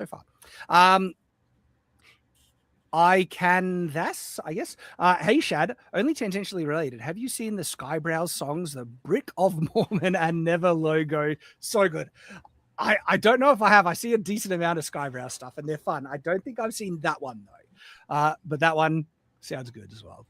Nathan Cassidy 490 says, "I know someone in the animation industry just got laid off because they got replaced by AI. There is absolutely AI being used in film right now." Yeah, there is. There actually is. If they can get away with it, they will. Oh yeah, they will. And I forgot. I missed to show this because this is one of the things that people are wondering about. You know that hexed thing that came out. So have a look at this image. This was like a flowing image. She has a earring in this frame, and in that one it looks like it's disappeared. And so people think that this might have been AI generated. Don't know. Honestly, if it was, it doesn't bother me. But I mean, if they're trying to hide it and people want to spurg out about it, you know. But yeah, I think it's being used heaps in stuff. Just like you said, John, and I think it's being used in a lot more writers' room than people are willing to believe. 100%. Which is funny, right? Because I've supported AI work in collaborative ways from the very beginning. Yet when it comes to writing, I don't use AI because I enjoy the act and craft of writing. And if I would have no shame about mentioning it. And as I've done whenever I've used AI, I've always mentioned and shared it. And I love the stuff that you can make with it. And so if I was using AI in my writing, I would also happily talk about it. But no, when it comes to writing, I don't. Partly because I don't think it's even good enough, but also I just enjoy the act of writing, and I don't want to take that away. So it's kind of funny where in that one, because when it comes to writing, that's where people can hide it easier, and so AI is being used heaps in writing. Mark my words. Ochigdor, I guess, for Odysseus' wife waited for him even with everyone, men and women, telling her to move on. Loyal woman. Thomas Vance says, Kids Only Safety Act passed in the US. What's that? I don't know. I have not seen anything about that. Yeah, I don't know that one, but thank you for the super chat. Motocross Cooper, $5 says, "Did you ever watch Mighty Max as a kid?" You know, a little bit of Mighty Yes. Max. I don't remember too much. Mighty Max, is that the one? That was, I remember also Action Man, the British cartoon. That was a bit of fun. Action Man, the greatest hero of them all. That one was one of my favorite cartoons in the 90s. The Viking characters in Mighty Max named Norman was awesome. Man, there's such cool stuff in there. Old school. So I just looked it up real quick. That the Kids Online Safety Act allows you have to age verify for obscene websites. Okay. I mean, so it's kind of similar to what they did in the UK. As long as it's not a backdoor for digital ID, because that's what they're trying to push in Australia. It's probably exactly what it is. Yeah. So yeah. Grey Spirit says Archcast mentioned it makes sense for a Lobo movie. Possibly. Like, I don't have faith that they could make a good Lobo movie or anything at this point. So Zebamaru $5 says Joe is why I hate Superman fanboys. Yeah. But even like they demand a paragon of good and kindness. He's not allowed to even be slightly broody, mad, or he's not really Superman. You want broody or mad? Go watch Batman. I'm sorry.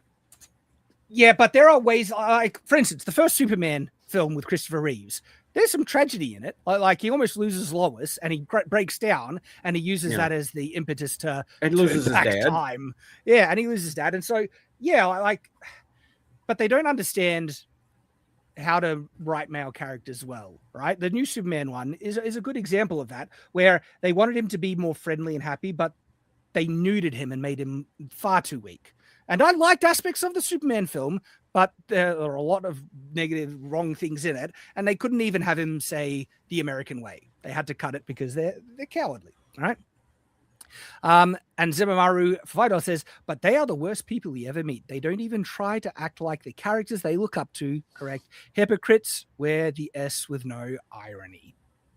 Well said. Nathan Cassidy for 19.99. Thank you, man. For fun, I did the math on 2 weeks worth of Angry Joe's videos, dividing the view counts by his sub count and subtracting 40% to the account of non-sub views. The average, he can barely get 13 to 18% of his subscriber to watch him. Look, I don't blame him for, well, a lot of people falling off, not just Joe, myself included. The algorithm has just been favoring shorts constantly. And so Joe seems to get to Joe a lot more, though, because he seems to be very jealous of, say, like the views Disparu gets, who has a fraction of his subscriber count getting huge views, say, Critical Drinker, Gary and stuff. And he lashes out and attacks them for it. And so, yeah, it seems to be bothering him. Nathan Cassidy, 49, says, who would have thought we'd see an online crash out of both Angry Joe and the Quartering in 2026? It's a wild time. Wild time. And Thomas Vance for 279 says, what are your thoughts on Supergirl in what? I think that's the acronym for the Superman cartoon that's airing on My Cartoon Adventures Network with right Superman. now. I've seen it. They put her in pants, and so they like, is that a big thing? No, but it is a sign of what they want to do. They're afraid of just allowing her to be truly, feminine and stuff like that. But I've heard a lot of other problems with My Adventures with Superman. Yeah, far more. It tries to be a kind of cheery anime-ish take on Superman, which I can understand what they're going for. They just don't pull it off very well. It's not good Superman and it's not good anime. Mm-hmm. Yeah, and look, I have no interest in it. It looks like crap, honestly. And so, it's just one of those same, like, pandering. Is it fully worked?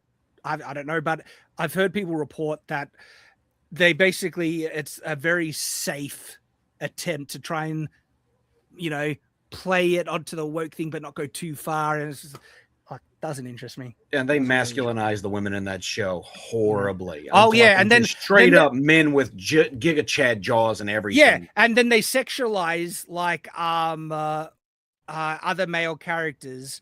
Like, what's the bad Superman that usually looked like Bizarro? Bizarro. They've sexualized like Bizarro. Broly. They sexualized Bizarro. They sexualized Bizarro. What? They did. Yeah. No joke. And so you see the signs in My Adventures with Superman, stuff like that, where I'm like, no, don't need any of that. It has so many tributes to other anime and other shows. It wants to be everything else except Superman. That's really the problem with it. But let's wrap it up now. We've gone a bit longer than usual on this one, so thanks, guys, for sticking this out. But as we wrap up, John, you have something to share. I do, guys. Check it out. Finally, I have something to share. This Saturday is July 4th, and it is the one. Not only is it America's birthday, it is the 1-year anniversary of Orc City. And I thought that was an appropriate date to release my next book. We've been talking about Superman All Stream, guys. If you want some genuine, non-slop superhero action adventure, the Lionheart Icon of Justice the idea of it is a caped superhero and an epic fantasy. And I don't pull any subversions. I don't pull any plot twists. What you see is what you get, and it is, I promise you, what you want that you didn't get out of Supergirl. There's no Supergirl in the book, though. I got the link in the private chat. If you want to share that, Shad, it's up for pre-order. The ebook is up for pre-order right now. The physical editions are in the works. They should be dropping shortly after the ebook. Just if you follow me on John A. Douglas on Twitter, which I just got back after having a weekend suspension, thank God. Yeah. Is that an anteater read? No, that is a pangolin, which is a type of it's an anteater in tank armor. Imagine it like that. This is not about the Third Crusade, no. Unless you're talking about crusading against dragons, in which case there's plenty of that. Yeah, pangolins are awesome. Okay, check it out. Link in the description, guys, from a writer that understands the superhero genre. So awesome, man. Altruistic, true heroism. Love it. Love it. Lit Dev, anything you want to mention as we wrap it up? Oh yes, just trying to work on my my comic. Lady Midnight's going to come out later next month. Hopefully, we're going to launch it later next month. So be on the lookout for that. Hopefully, I have something new to show for next week. Yeah, but we'll see how it goes. And for me, everyone knows where I am. I got a review of Dark Sister. This is a functional Dark Sister on Shadiversity that you can check out. And as always, here on Night's Watch, we appreciate you all, appreciate the co-hosts here, and we will see you next time. So as always, stay on watch.